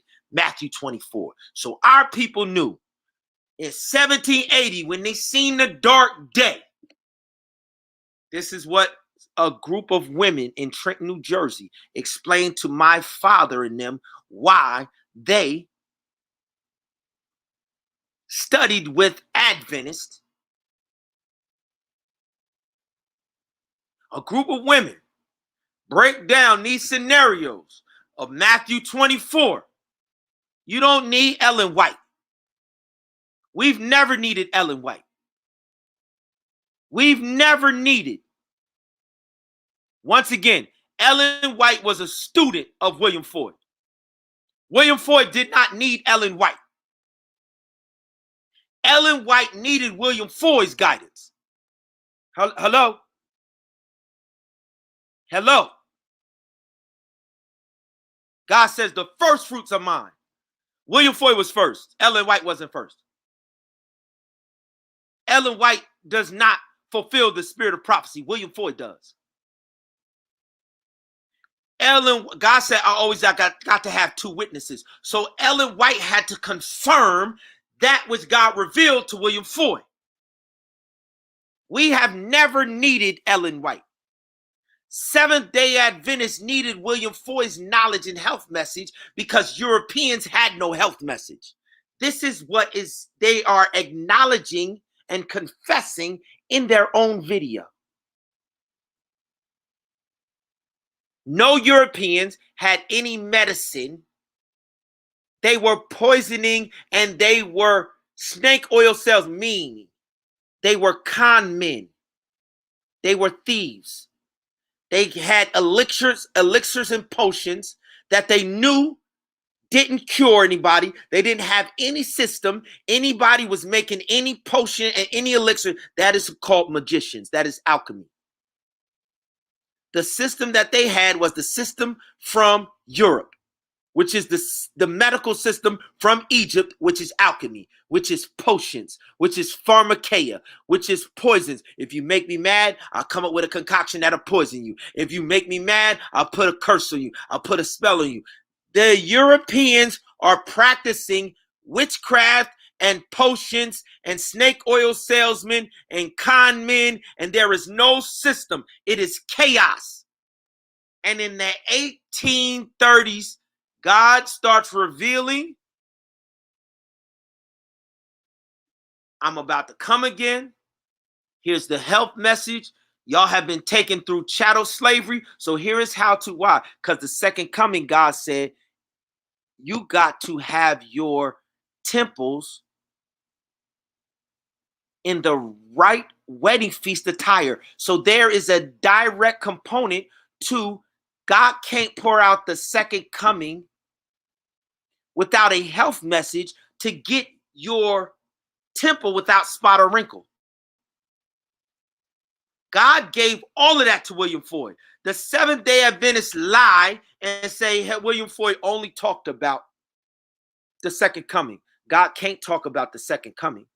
He can't reveal the second coming without revealing how to have on the right wedding feast attire. That is the ultimate inspection that the Father said he does when you come to the wedding feast. They lie and said William Floyd only told the world 3 visions about the second coming. That's a lie. William Floyd was given a health message too. And then when they couldn't control Ellen White, they silenced her and put her in isolation in Australia. Then they invested in 2 brothers. Kellogg brother, who created a $1 billion industry on cereals, which would be the delivery mechanism for poison of GMOs. The very first genetically modified food was the cornflake cereal. The very first GMO. One brother did that, and the other brother ran and stole the health message and created a hospital for whites only. These fascist, racist, Nazi German Kellogg brothers who participated in eugenics, the extermination of people of color in the United States of America. In upstate New York, the headquarters for eugenics, the Kellogg brothers took the money that they made off of the health message that they stole. They removed the threat of Ellen White, exposing them, sent her to Australia. Her husband died and they could no longer control her.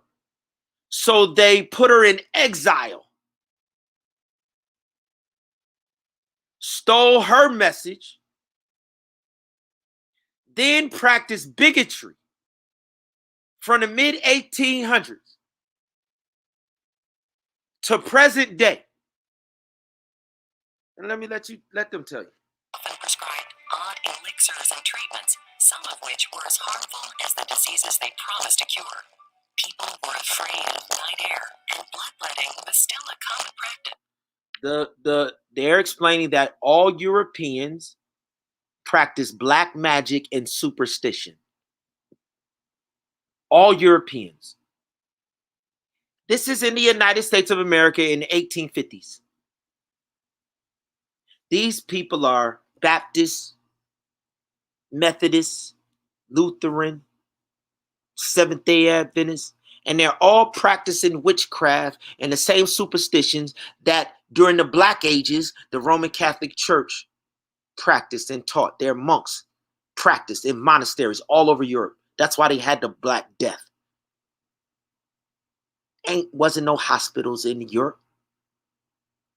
Or they would have stopped the Black Death and the poison of 1617, 1717, 1870 pandemics every 100 years.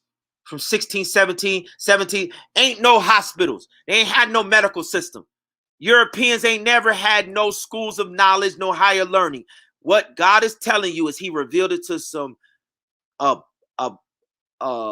Nubian Kushite husband and wife in the United States of America. This is a real prophet. And a Seventh-day Adventist church not only took the man's message, and all my life when I was young, they preached that God revealed something to a man named William Floyd. It wasn't until like 2012.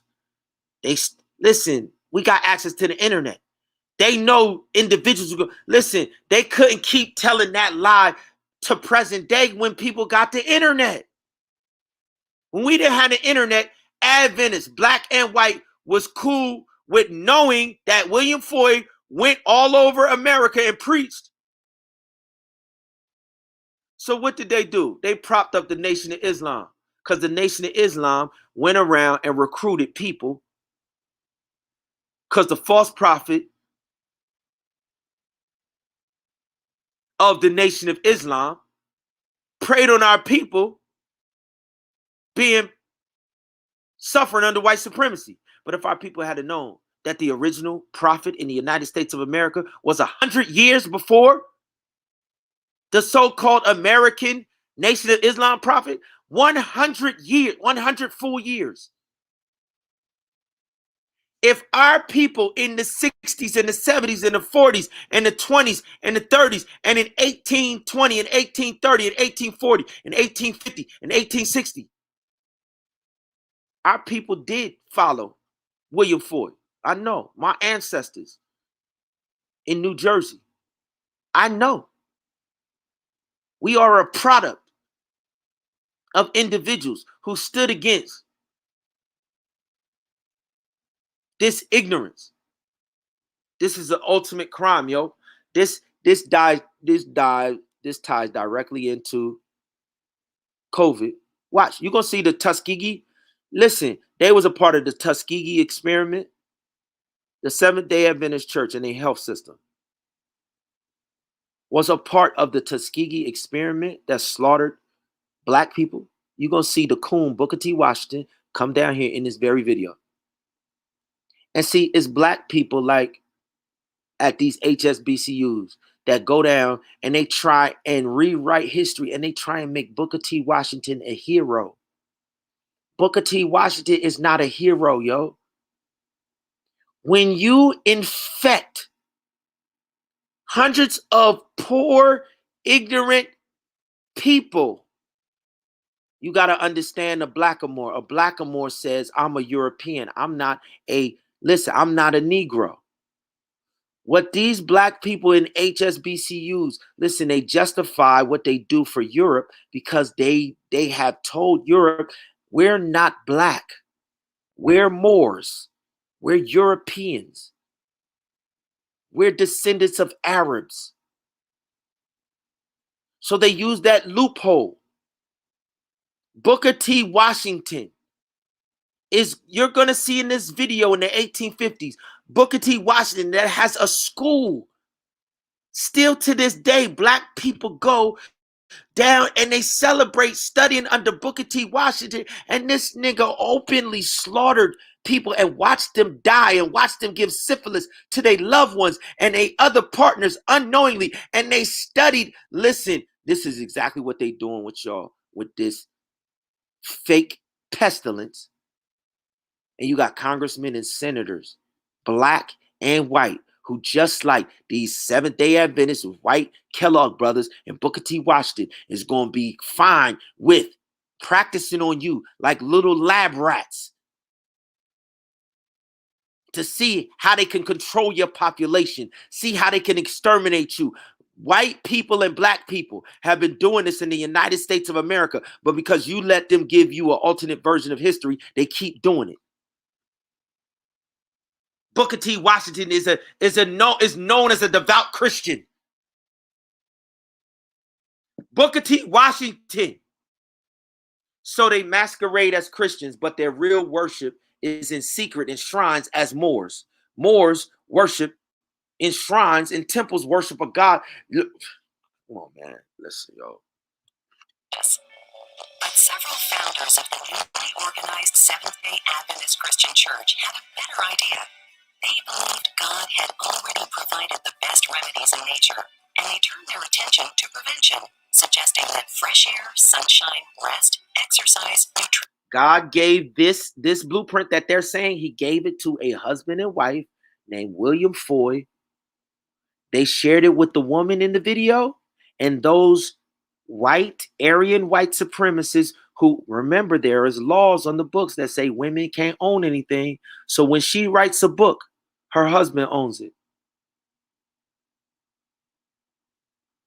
When she lectures and gets paid, her husband, she can't collect any. Listen, women are chattel slaves.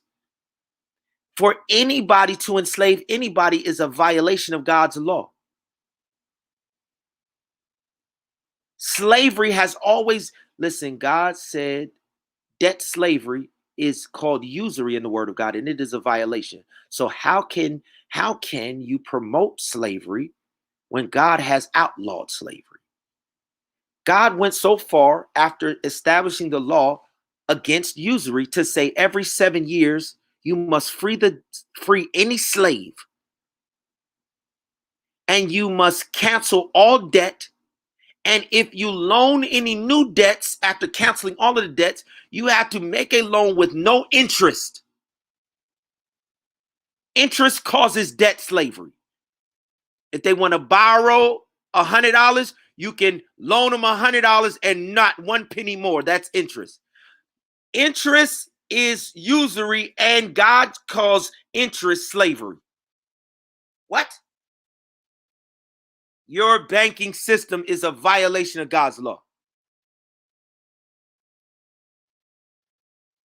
The world banking system is a violation of God's law.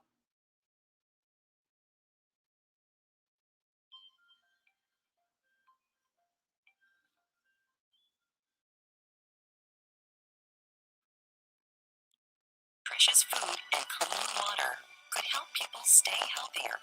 They also proposed that a simple diet rich in nutritious foods would help build stamina and strength. Health reformers, led by James and Ellen White and other early Seventh-day Adventists, looked at the life of Jesus Christ and wanted to follow in his ways, caring for those who were hurting physically, emotionally, and spiritually. With this mission in mind, these pioneers launched the Western Health Reform Institute in Battle Creek, Michigan on September 5, 1866. They had limited staff, an 8-room house, and just one patient. They also had more faith than medical know-how, but they were determined to follow the Creator's footsteps. Pooling their resources, the church members managed to put several students through medical school. One was 23-year-old John Harvey Kellogg, who became medical director of the Institute in 1876 and changed its name to the Battle Creek Sanitarium. Dr. Kellogg was an avid reader who traveled the world to increase his medical knowledge and improve the work of the sanitarium. He was also a prolific inventor, developing procedures, surgical techniques, and medical equipment, much of which influenced the medical care we know today. In an effort to provide an easy and nourishing option to the typical unhealthy breakfast of that time, Kellogg ground corn and formed it into ready-to-eat flakes. His brother, who worked with him, later started the cereal company that still carries the family name today. Dr. Kellogg's expertise and innovations were widely known, and in the late 1800s through the early 1900s, the Battle Creek Sanitarium drew patients from around the world. Some of the most famous of these were John D. Rockefeller of Standard Oil. Here we go. Here's the direct link to Bill Gates, Johns Hopkins University, the World Health Organization, Center for Disease Control, John D. Rockefeller. Here we go. Here's the direct link where Seventh-day Adventist was given a health message that the world did not have. And white men didn't have the message. They stole it.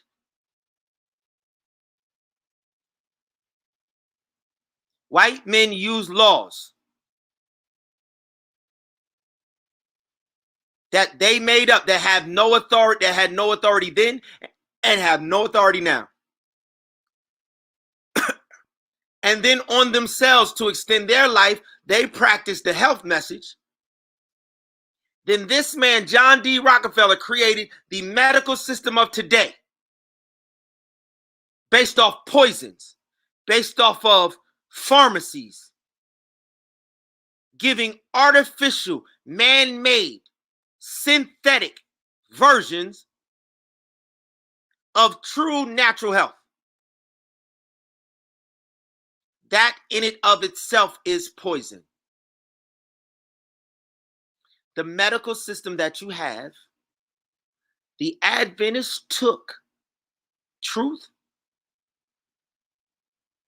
extracted all of the goodness for themselves, and then for the public, gave you poison. And they created this video.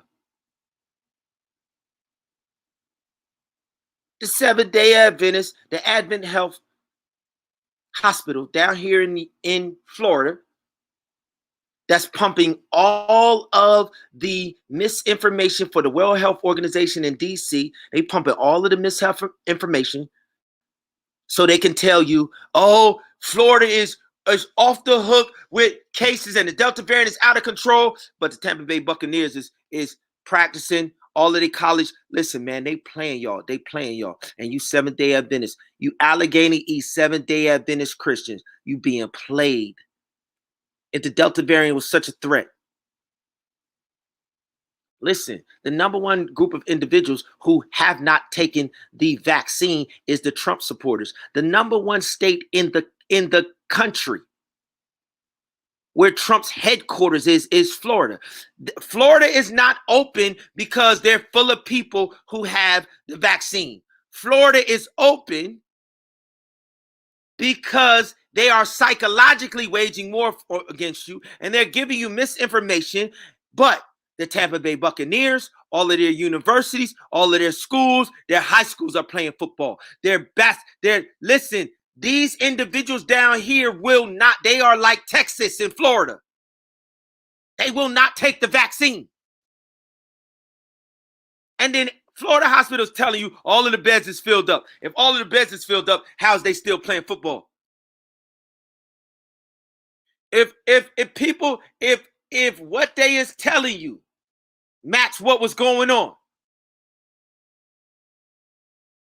Tampa Bay Buccaneers got a regular preseason.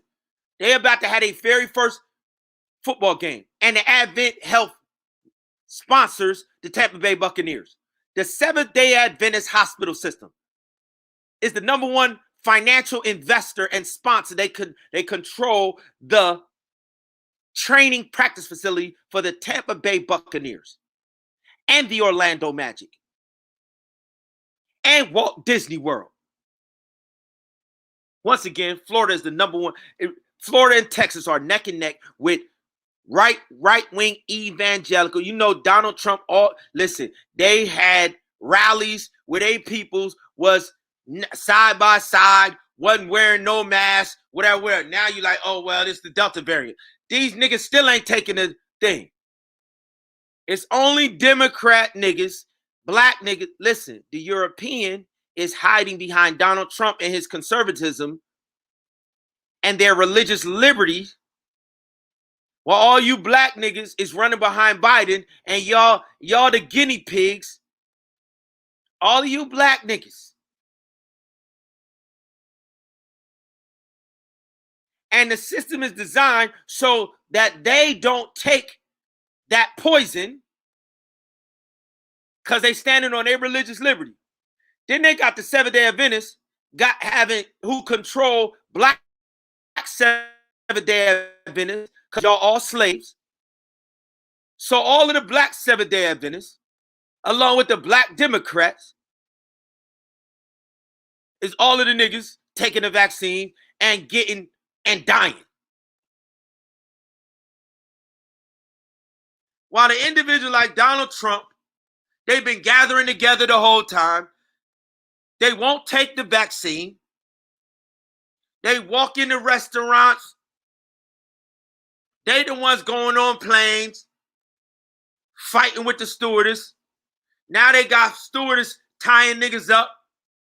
So now these right-wing Confederates, these are the same Confederate, not fascist Nazi individuals that when Richard Nixon did something called the Southern Strategy, they went from being Confederates of the North in the Democratic Party to right-wing conservative evangelical ecumenical Christians.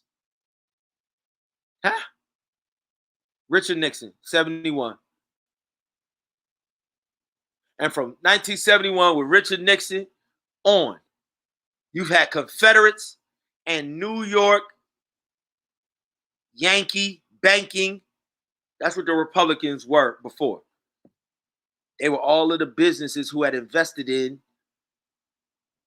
the clothing operations, you know, Ralph Lauren, all of the fascist German niggas, Nike, all of the fascist German companies that made all of their money.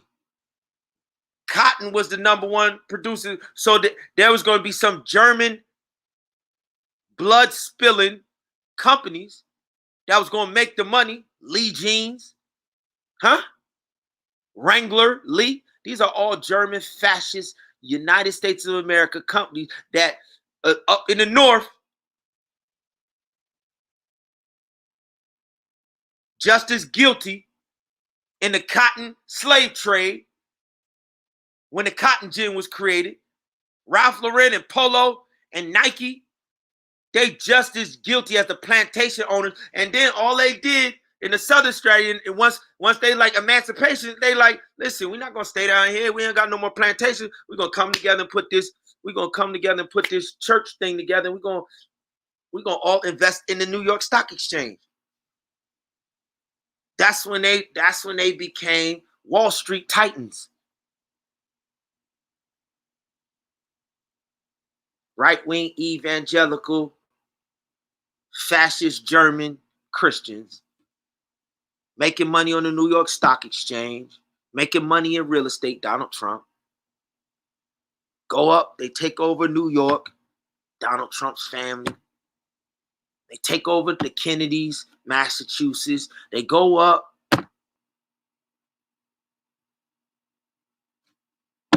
And you got the Republican Party of the day that ain't nothing but Southern Democrats and the New York bankers. And they like, yo, we're going to use this conservative outward appearance of Christianity to act like we got moral support, moral superiority. And listen, man, this is who you looking at, John D. Rockefeller. That's his Chase Manhattan Bank, yo. This is Exxon Mobil, yo. Let's go. This is who owns China. You want to know who owns China? This is who owns China. China is some little slaves like these black niggas are slaves. This is who owns China. In bed with the Seventh-day Adventist Church from the very beginning. What?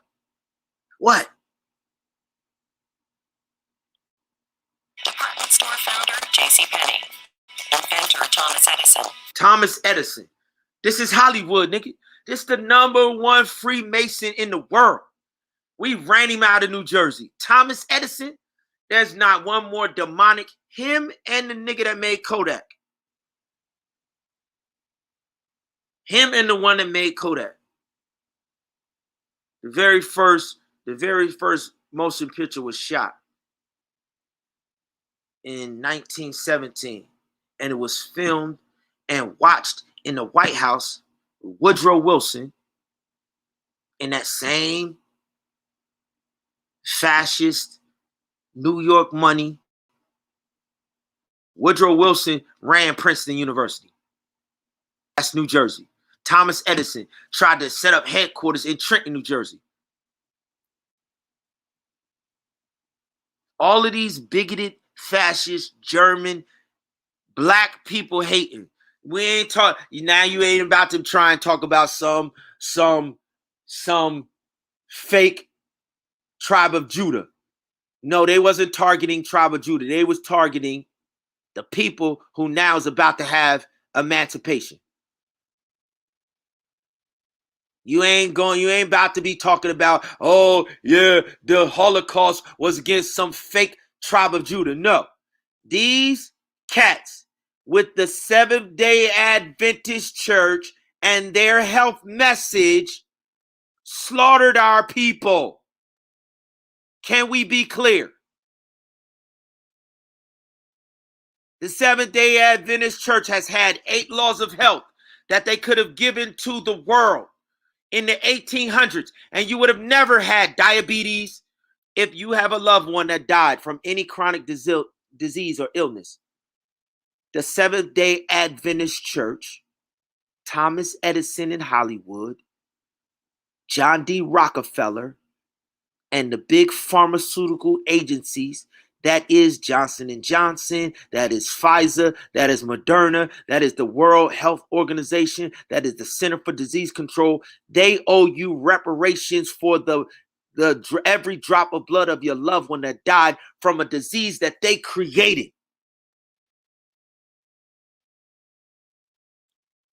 African-American educator and Huh? author. Huh? Let's go. Let's go. Let's go. Let's go. Let's go. Let's go. How 200 years later, y'all still letting black niggas play y'all. Y'all still letting blackamoors.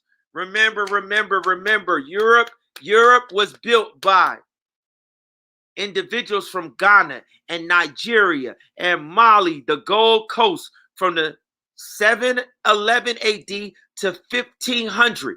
That's 800 years of Nigerians, Ghanaians, building Portugal, Spain, France, Germany, Britain, Ireland, Scotland, the schools, the roads, the castles, the banks. Then they gave them the keys to Europe and said, we're going to go down and slaughter our people in Africa. Then they started the transatlantic slave trade. And the individuals that built Europe, they spread themselves over the colonies that the Germans would then come and carve up. So some of them said, yo, I'm going to go over here to Kenya. One cousin said, yo, it's enough land around here where we could spread ourselves out and we could carve this whole thing up. And that's exactly what they did. So when the British sailed to South Africa, the same niggas that was dealing with them on the West Coast and Spain and Portugal brought slaves from the interior down. That's who Shaka Zulu is. That's who Shaka Zulu is, yo. That's who Nelson Mandela's ancestors was. Individuals. Whenever the British or the Europeans what the Moors also did was teach them niggas how to sail. Europeans wasn't sailing before the 1500s. So the trade routes that the Moors had controlled all throughout the Mediterranean and all throughout going into China, now the Europeans, now are some wise people who now, the Moors have been sailing those abandoned trade routes that we left behind when we moved to the West. All the Moors did was they stepped into the trade routes that we left abandoned. Then they left them to their children, the European. This is who Booker T. Washington is. You still sending your children down to Booker T. Washington. And then you got these clowns like Dr. Umar Johnson, who praised this clown. He calls Marcus Garvey a messiah. Marcus Garvey is the biggest sellout and coon from Jamaica that I ever seen. All of these clowns were.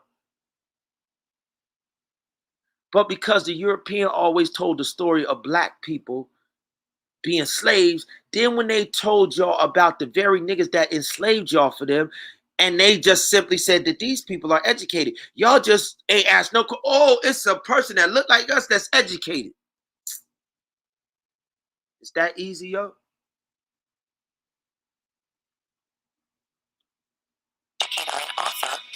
This man infected people with syphilis, and for 60, 70 years, even when they had penicillin that could cure them, they watched them all the way to their death. Go ahead and I dare you to keep taking them rounds of that. I dare you. The Republicans are not taking it. You have the Republicans like Donald Trump. And if they ain't taking it, and they ain't scared of a Delta variant, and you talking about you a child of God, they live in the same world that you live in. They live on the same earth. So what you saying, they God and they fake Christianity is more powerful. That's what you're saying. Donald Trump's followers will not take that vaccine. Donald Trump's followers will not be forced to worship a certain type of way, and they are the Antichrist. Because Donald Trump is a false prophet who follows Pope Francis, the Antichrist. So all of these evangelical Christians are standing on morals and values of the Antichrist. And you running around here, going in church, talking about you believe in God, taking some shots, and y'all dying. And this is happening in the state of Florida. You cannot separate the niggas from Donald Trump who won't take a vaccine, and they walking around. They not huddled anywhere. They don't even wear masks. They're the people who get on planes and they protest wearing masks. These are Donald Trump supporters who have not taken a vaccine. They are European. They're in Florida, where you talk about a Delta variant. So you tell me, either it's a fake farce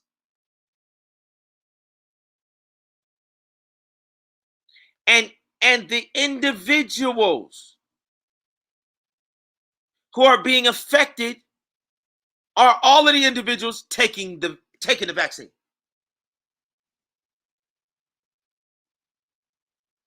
That's who's being affected. Is mom and pops in that number? Yes, they are. Will I say whether or not they're vaccinated or not? It's none of your business.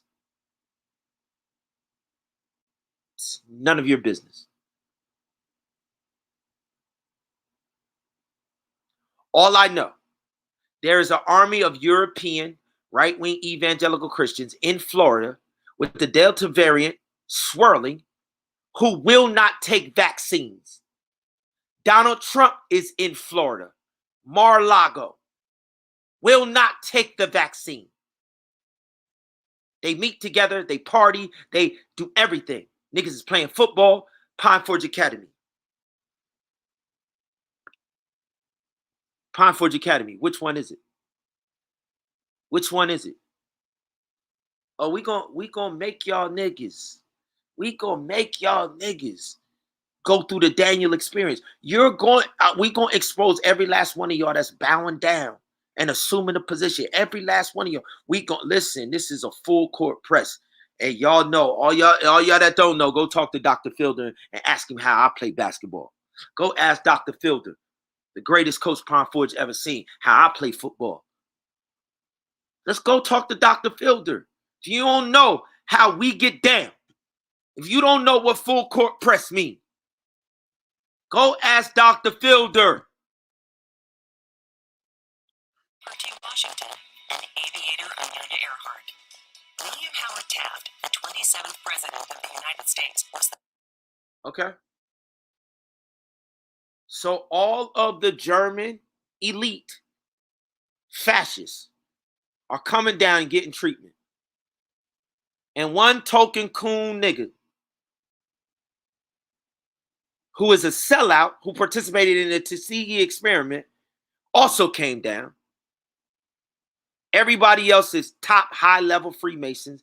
Everybody else is at the top of the genetic food industry, at the top of big pharma.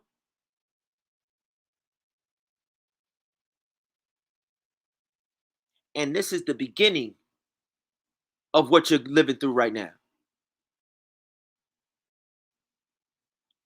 100,000th patient of Dr. Kellogg in the Battle Creek Sanitarium.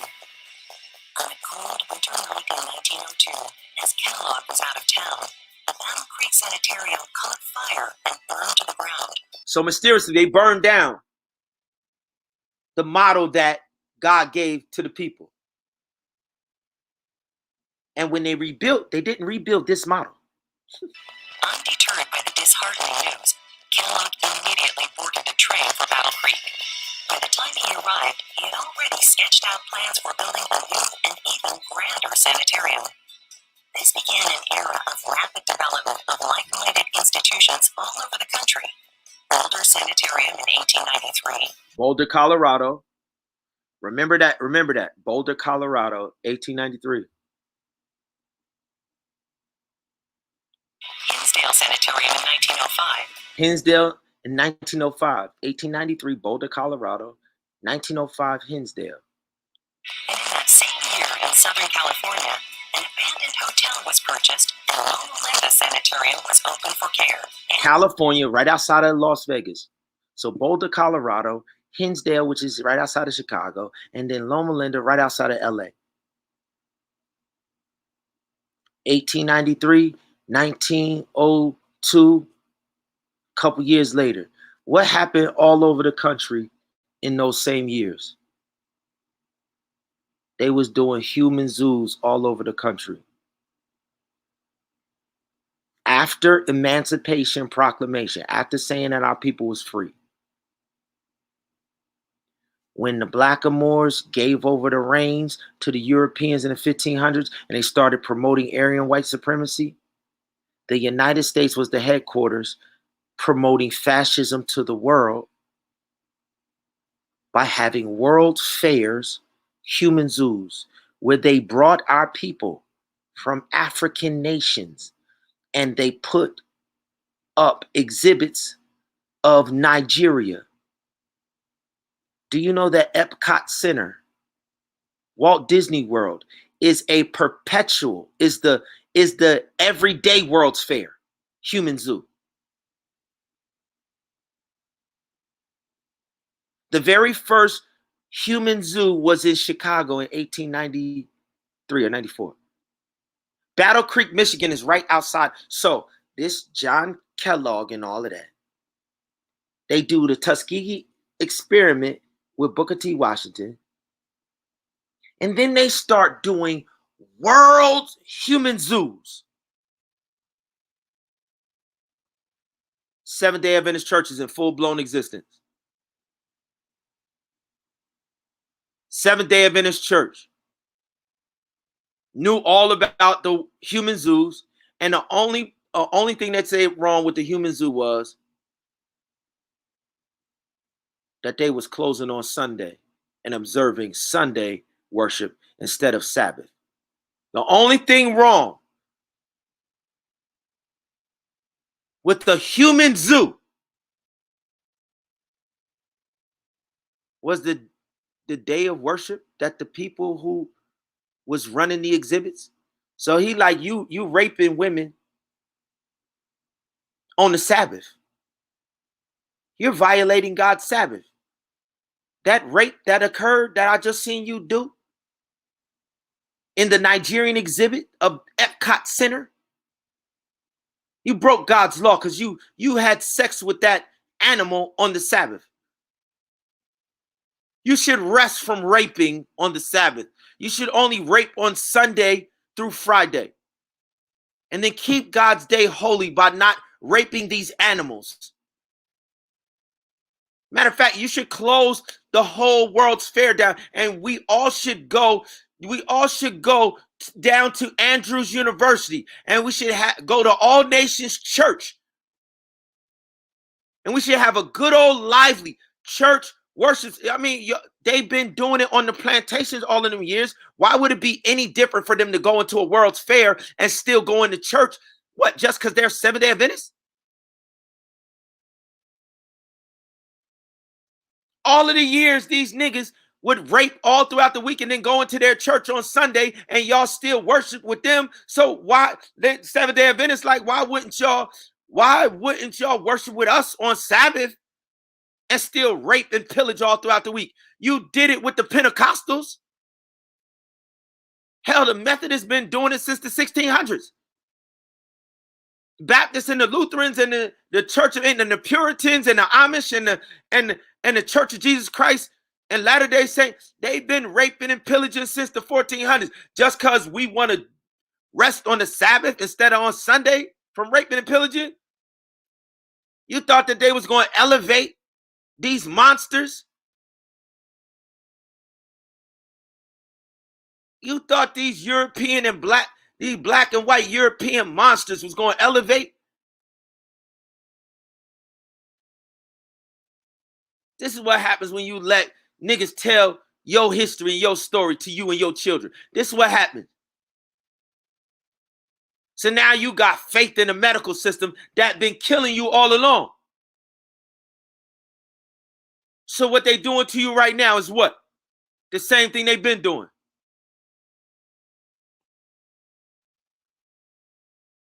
And it's payday.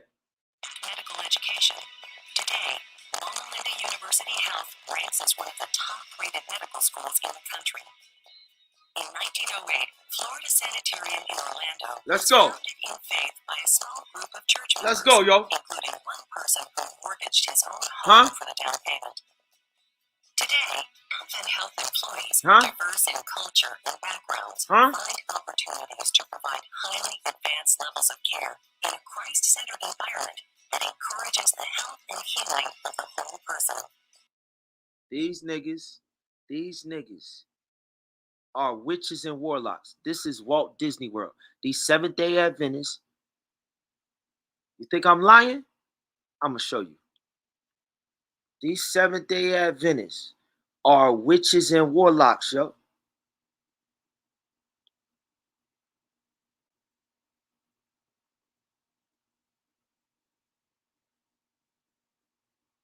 This is called the Great Shaking 2.0. See, they was just going to come out the closet on y'all. And they was going to stand with the beast. And all of y'all was going to lose faith. See, what I'm doing is I'm giving you the biblical reference to let you know you could get to the kingdom without Seventh-day Adventists, without the doctrine. See, how they was going to do it to you was all of these churches were going to come out the closet and be like, nigga, we all Roman Catholic, man. We all witches and warlocks, nigga. You've been worshiping with us all of this time. Now, either bow down and serve our satanic father or die, yo. This is what they was going to do to you. And because without us doing the work that we doing right now, you wouldn't have had no biblical reference. And they would have broke your spirit. So now when they try and come out the closet, we already showing you how to respond to these niggas. Now when they come out the closet, what's going to happen?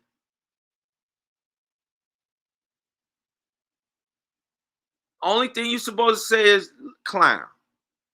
Clown. If you don't get out of my face, the God that we serve is able to deliver us from any attack from any enemy. And if you want to try it, come try it, nigga.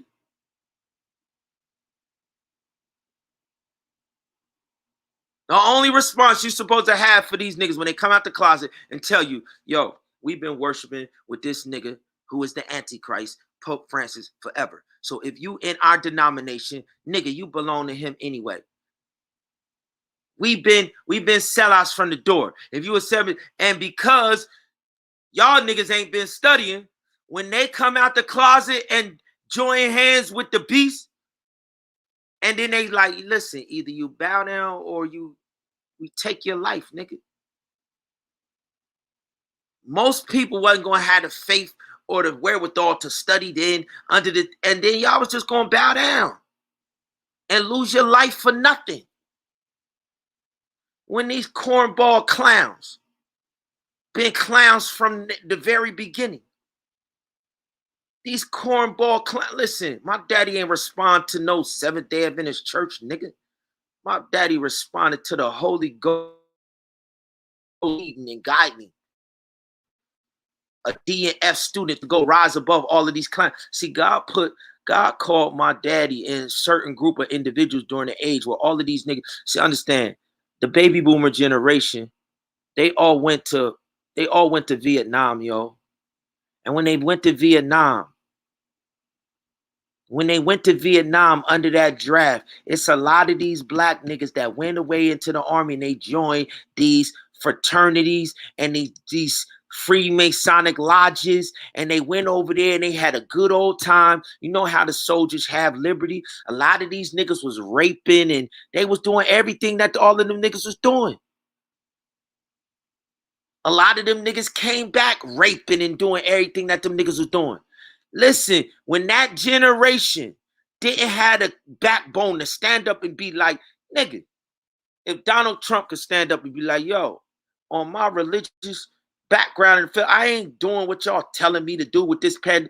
Every person of color in the whole United States of America should have said, based off of the history of World War I and World War II and the civil rights, nigga, you can't force me to do nothing, nigga. Listen, my people's done already with what they did in the fields. My people done already demonstrated that we are the United States of America. I ain't got to fight no battle. I ain't got to prove nothing to nobody, because you white niggas that came over here on boats wouldn't have the masquerade of saying I'm a governor or a senator without my ancestors. So I ain't got to prove, you got to prove something. So if you want to go prove something to the world in Vietnam, go ahead, knock yourself out, die, nigga, I don't care.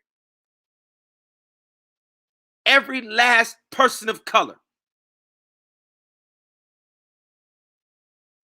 If you ain't got the backbone to tell a white nigga that you know had to get on a boat and leave England and come over here and try and claim a new land, if you don't got the sense enough to say my ancestors, I ain't talking about the niggas that was enslaved. I'm talking about my ancestors that was here before any story of slavery or anything. If you ain't got the sense enough to connect your roots to that, that's on you. That's on you. Be a slave throughout history. Go ahead. Let your children be historical slaves. Go ahead. Claim no inheritance and birthright when God said you heir. Go ahead. The only reason they could come and call you a slave is because you have not called yourself heir.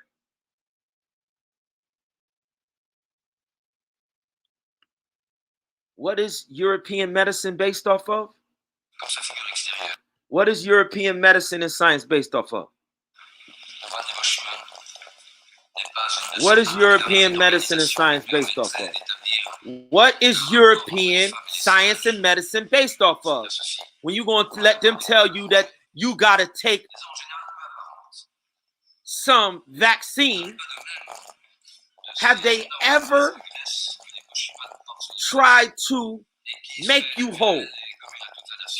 What is European medicine and science based off of?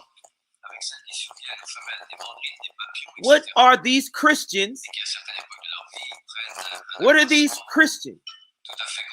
Baptists and Methodists, King James Version having? Huh? What is your educational system based off of? You being subhuman. You a fool if you trust in Western anything. You're an absolute fool.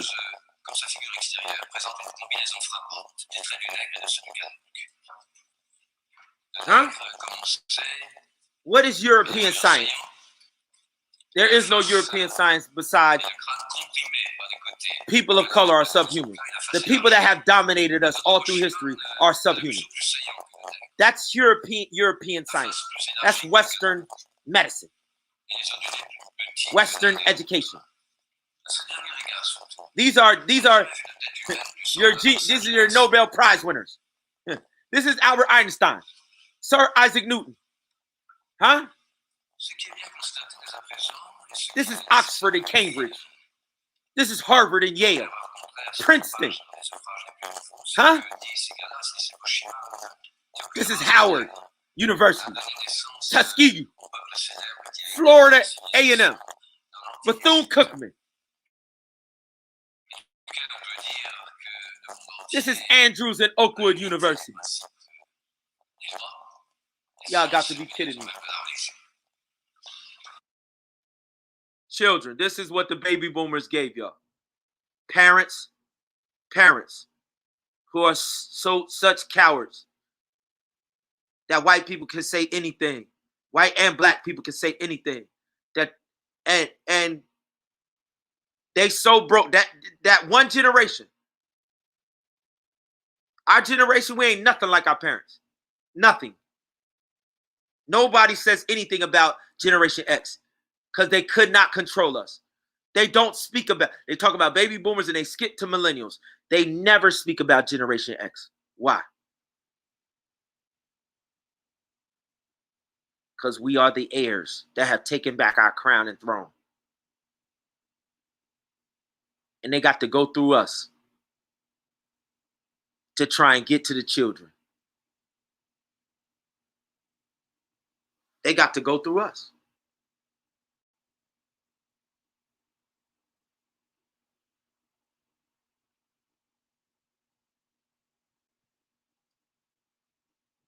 Here go your black Seventh-day Adventists. Here go you black Seventh-day Adventists. Watch this.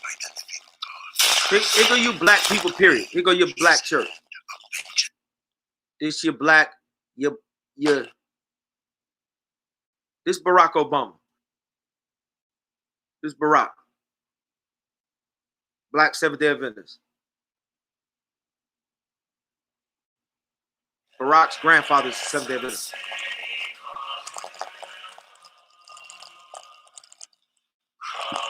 Barack Obama's grandfather in Kenya is a Seventh-day Adventist.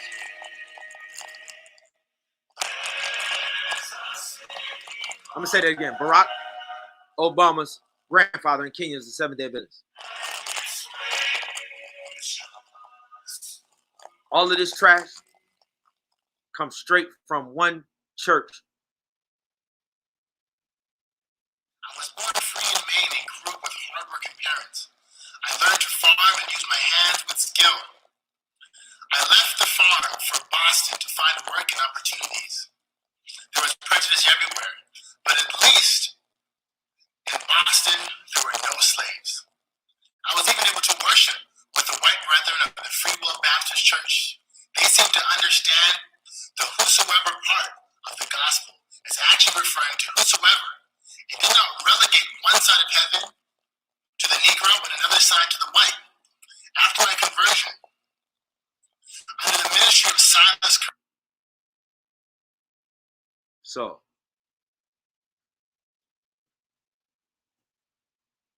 you Seventh-day Adventists. So that was Rochester Seventh-day Adventist Church. Rochester Seventh-day Adventist Church. This man lied so hard. In the 1600s, Harvard created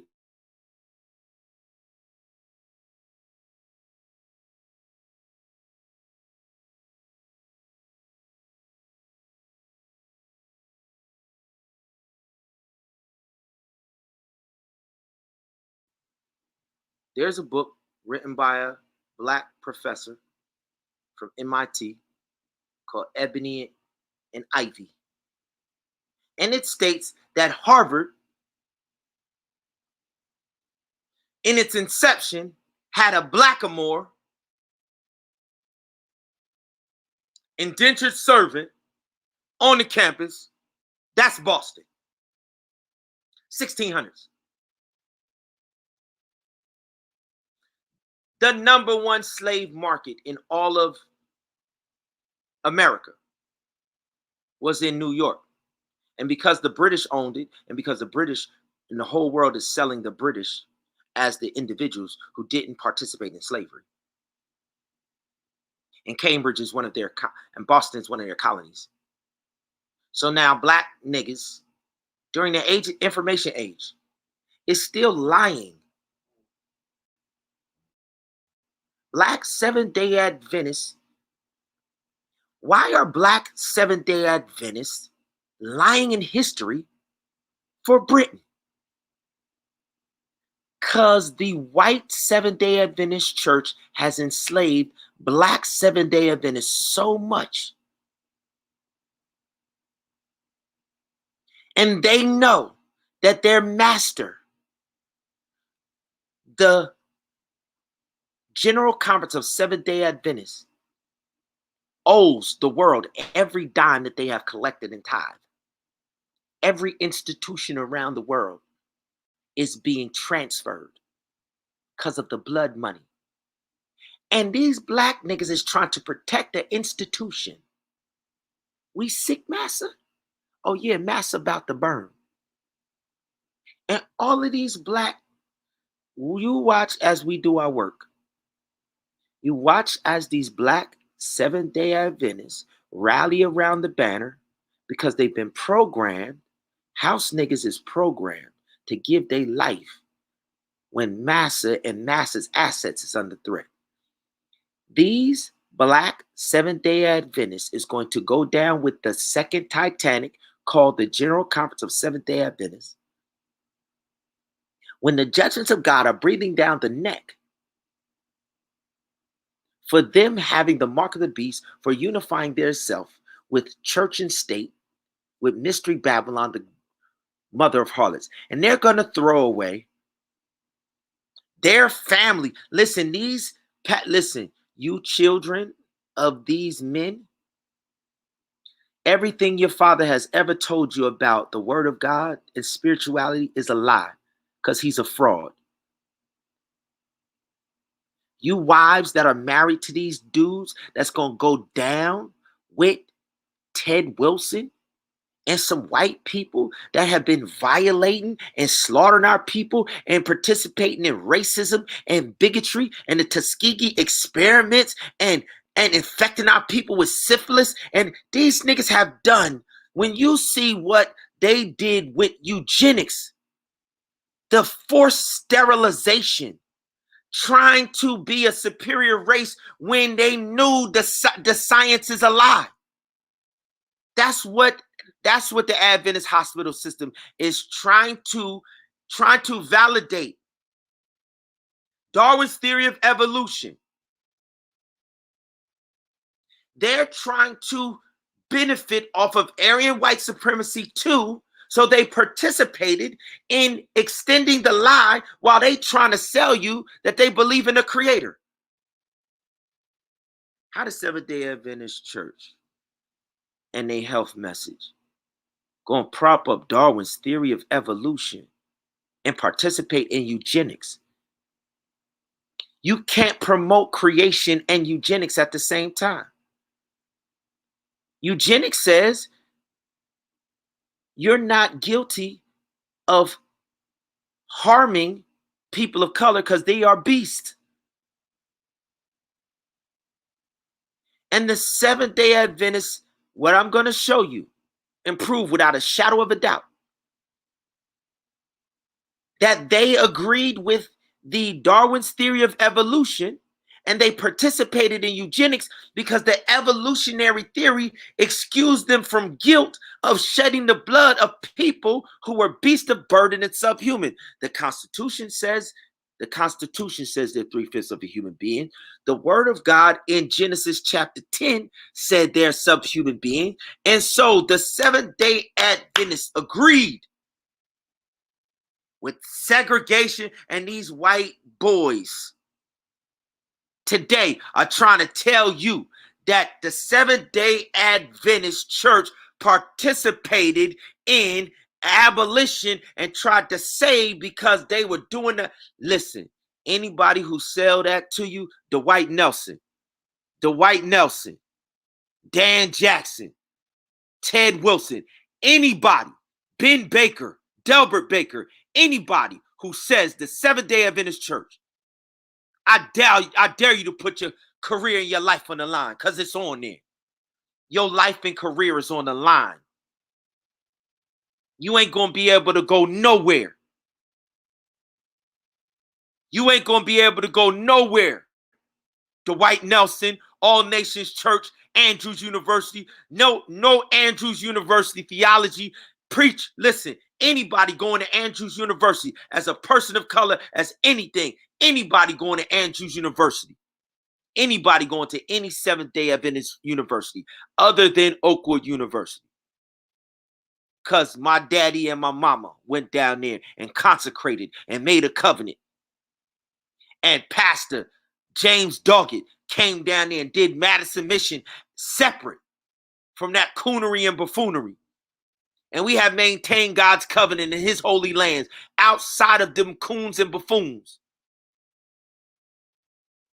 Any of y'all, we are going to prove without a shadow of a doubt that no, the Seventh-day Adventists, it is the opposite. They didn't participate in the abolition. They participated in the extermination, in the human zoos,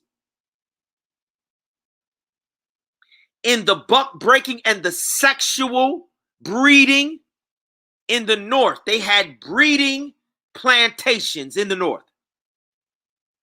The Seventh-day Adventist church, after emancipation, after the black codes and all of that, they worshiped in church and they told themselves, yo, the Bible says in Genesis 10 that them niggas is subhuman. Now they trying to tell you that they got the truth.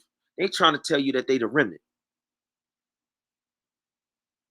And the only reason they could do that, they got to try and come back and revise history, because before the internet came out, people in the 70s and the 80s, they just had to trust the lying lip abomination that came out of the General Conference and all that. But since we got access to the internet now, and it's videos everywhere, listen, they can't tell us nothing. They can't tell us nothing. Every time they try and produce a documentary, they got to tell the truth. God has made them tell the truth. That was a Seventh-day Adventist Florida hospital produced video.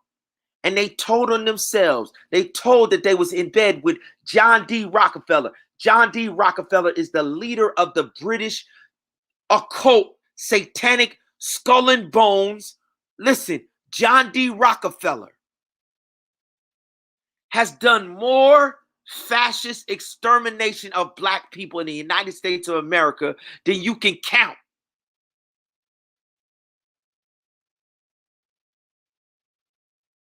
Booker T. Washington, we already established, exterminated our people and watched our people die and infect thousands and had the cure. Listen, this is the sad Seventh-day Adventist churches' blood on their hands. What Booker T. Washington did is what the Advent Health has done. They had the 8 laws of health, and they watched people die of chronic diseases that they had the cure for.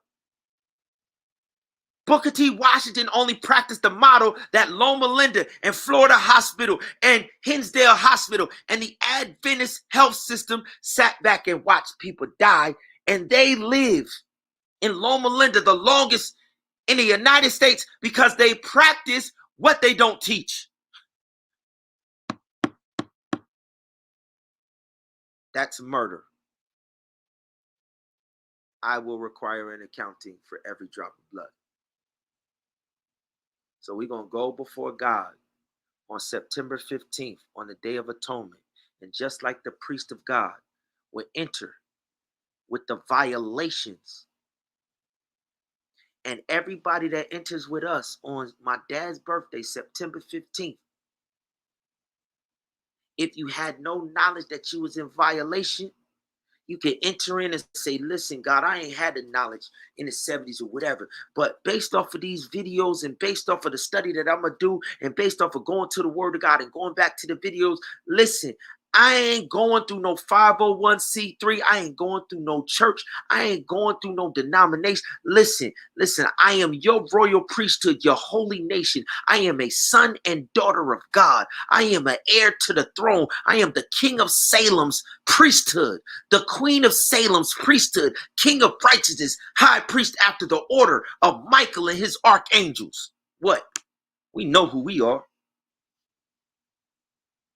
I could go to the throne of God all day, every day. I don't need no denomination. I don't need none of your King James Version, your New International Version. I got every word that was spoken out of the mouth of God. Why? Because he breathed directly into my nostrils, the breath of life, word for word. And I breathe it back to him in praise and honor and glory. And it breathes it back to me and gives me the breath of life daily. And it is what we call the layup cycle. We don't need none of y'all clown fake evangelists. We don't need none of y'all clown approval. We don't need none of y'all Allegheny East conferences, y'all Southeastern conferences. We don't need none of your general conferences, your North American division, your Anglican church, your Baptist church, your Methodist church. We don't need your Nation of Islam, your Hebrew Israelites. We don't need your Buddha and your, listen, we don't need your witchcraft, your voodoo, we don't need none of y'all clowns.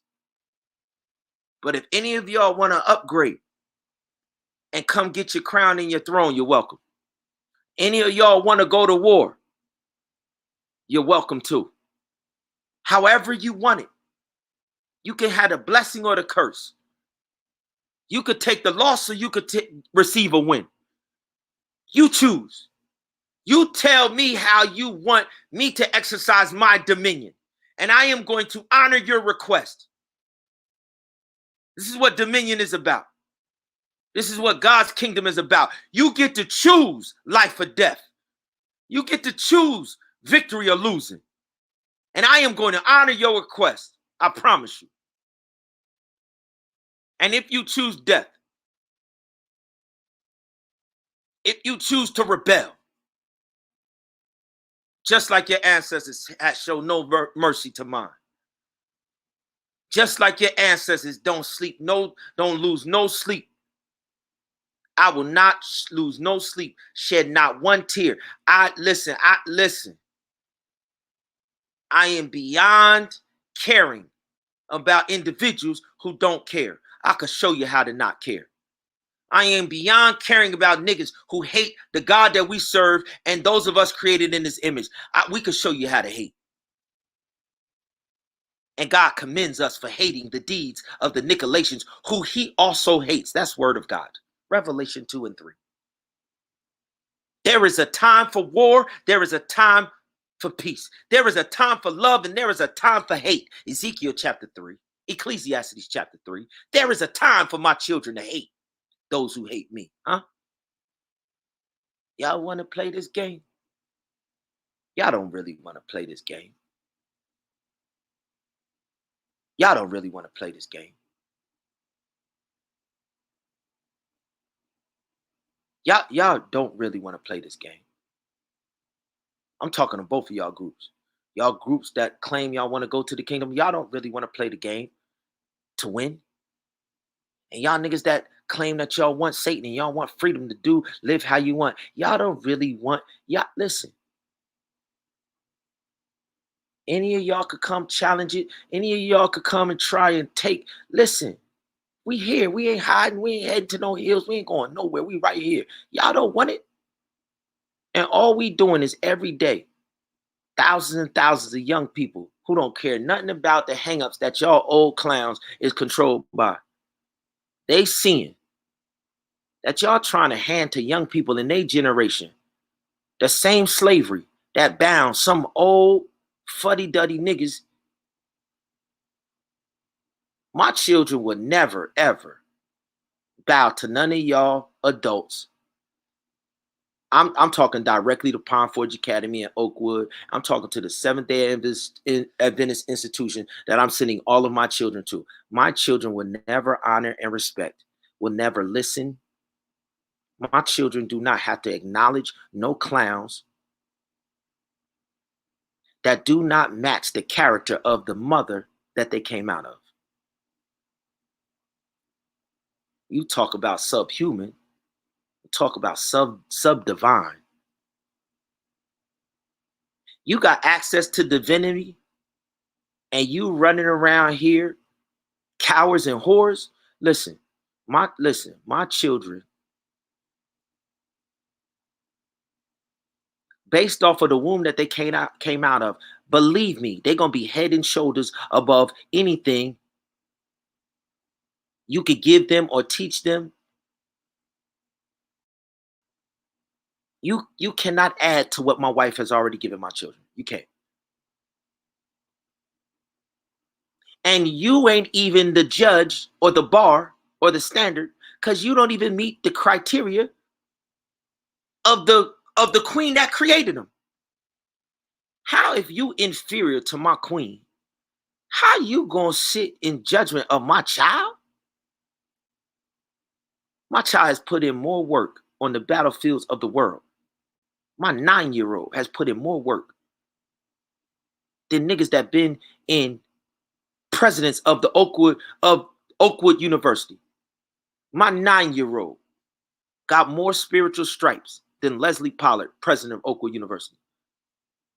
So what does my 17-year-old senior at Pine Forge Academy have above deans trying to tell her when to go to bed, what to wear? You clapping when niggas is running around here dressed as two females Everybody in the dorm is confused about their identity, and you worried about the one child that ain't confused at all. You worried about the dress code of the ones that got it together. And then you celebrate the niggas that's playing around with this foolishness. Let's talk about it, Pine Forge Academy. Let's talk about it, Kimbrough Hall. You want to talk about my daughter and some basketball shorts. My daughter ain't confused about her orientation. You got girls in your girls' dorm right now who will tell you, I don't want to identify with a gender. And you created that environment.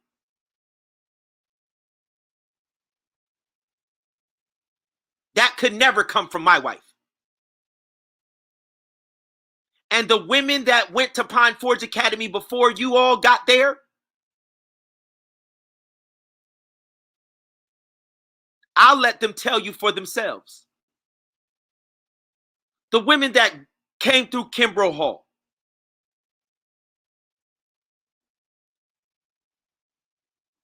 Because those of us who come through God's holy ground, we know that God said, you can't put your new wine in my old wineskins. He said his recipe will never change.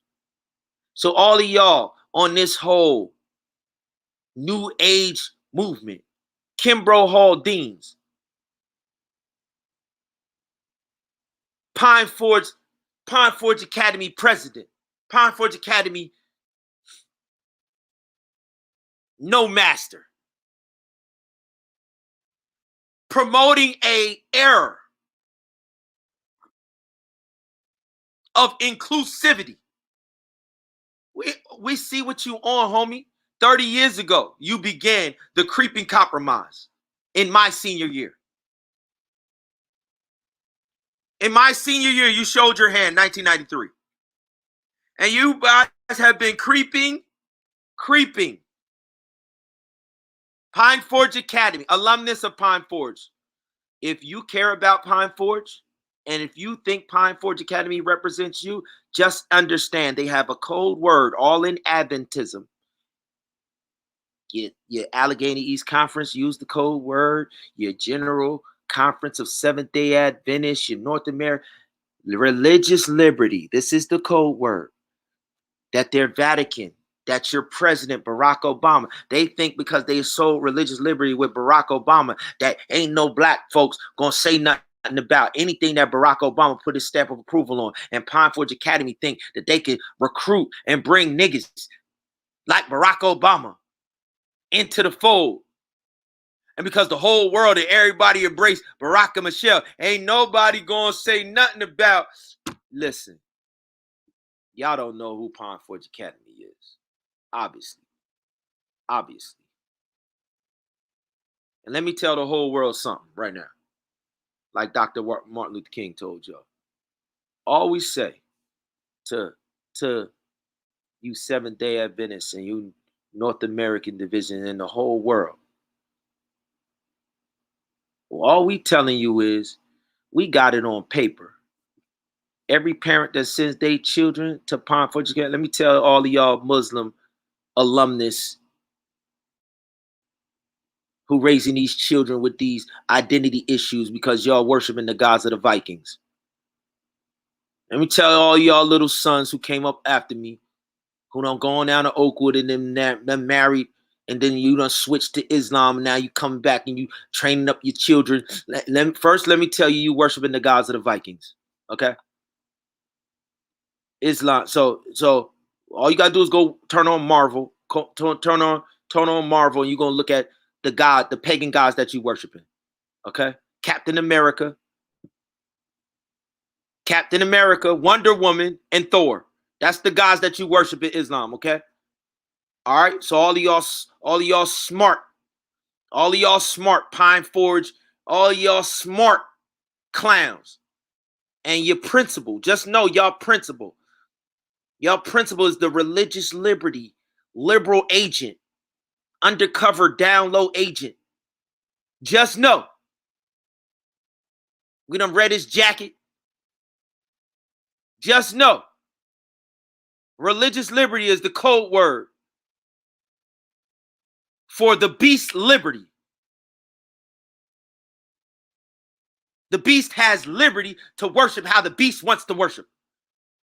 We're not going to inflict deadly wounds on the beast anymore. Even the beast can come and worship how they want to at Pine Forge. That's what religious liberty means. But the handbook of Pine Forge Academy has always stated the lifestyle of the beast that is unnatural to us. And every parent, when you send your children up there. So we don't care what Washington, D.C. say. We don't care what the world says. Pine Forge Academy and Oakwood. In the Constitution. You want a Constitution? I got the Rock of Ages Constitution at Pine Forge Academy. That says that's an abominable lifestyle. And I could take you through the word of God and confirm the judge, jury, and execution. And every parent that sends their children to Pine Forge, you agree. So we don't care what them deans and Kimbrough Hall. You gonna stop talking to my daughter. How about that? How about that? If you can't determine the difference between a daughter that's cut from the cloth of royalty from Pine Forge Academy, who don't need to be bothered. If you just get the hell out her way, she gonna do what the blueprint that's put in her life, and she gonna rise to the same bar of the queen. Listen, you don't need to say nothing to my daughter. She got enough queens around her that raised my wife. You brand new age individuals that's condoning stuff that's a violation in our handbook. You a violation of our community. You are a PFA outcast. Any leader that went behind that dorm last year harassing girls for every little thing, but you ain't had no problem with two girls going down the aisle in the age of Little Nas X celebrating Sodom and Gomorrah on the BET Music Awards. They so comfortable in this generation to get on stage on the BET Awards, and then you comfortable at Pine Forge Academy to condone that, but you say something to my daughter?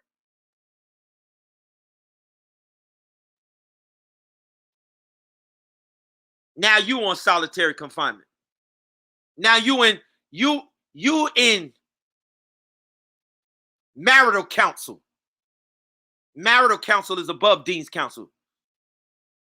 Because it's the union of these marriages that pay the salaries of y'all teachers. This is above Dean's counsel for all of y'all. This is above the Allegheny East Conference.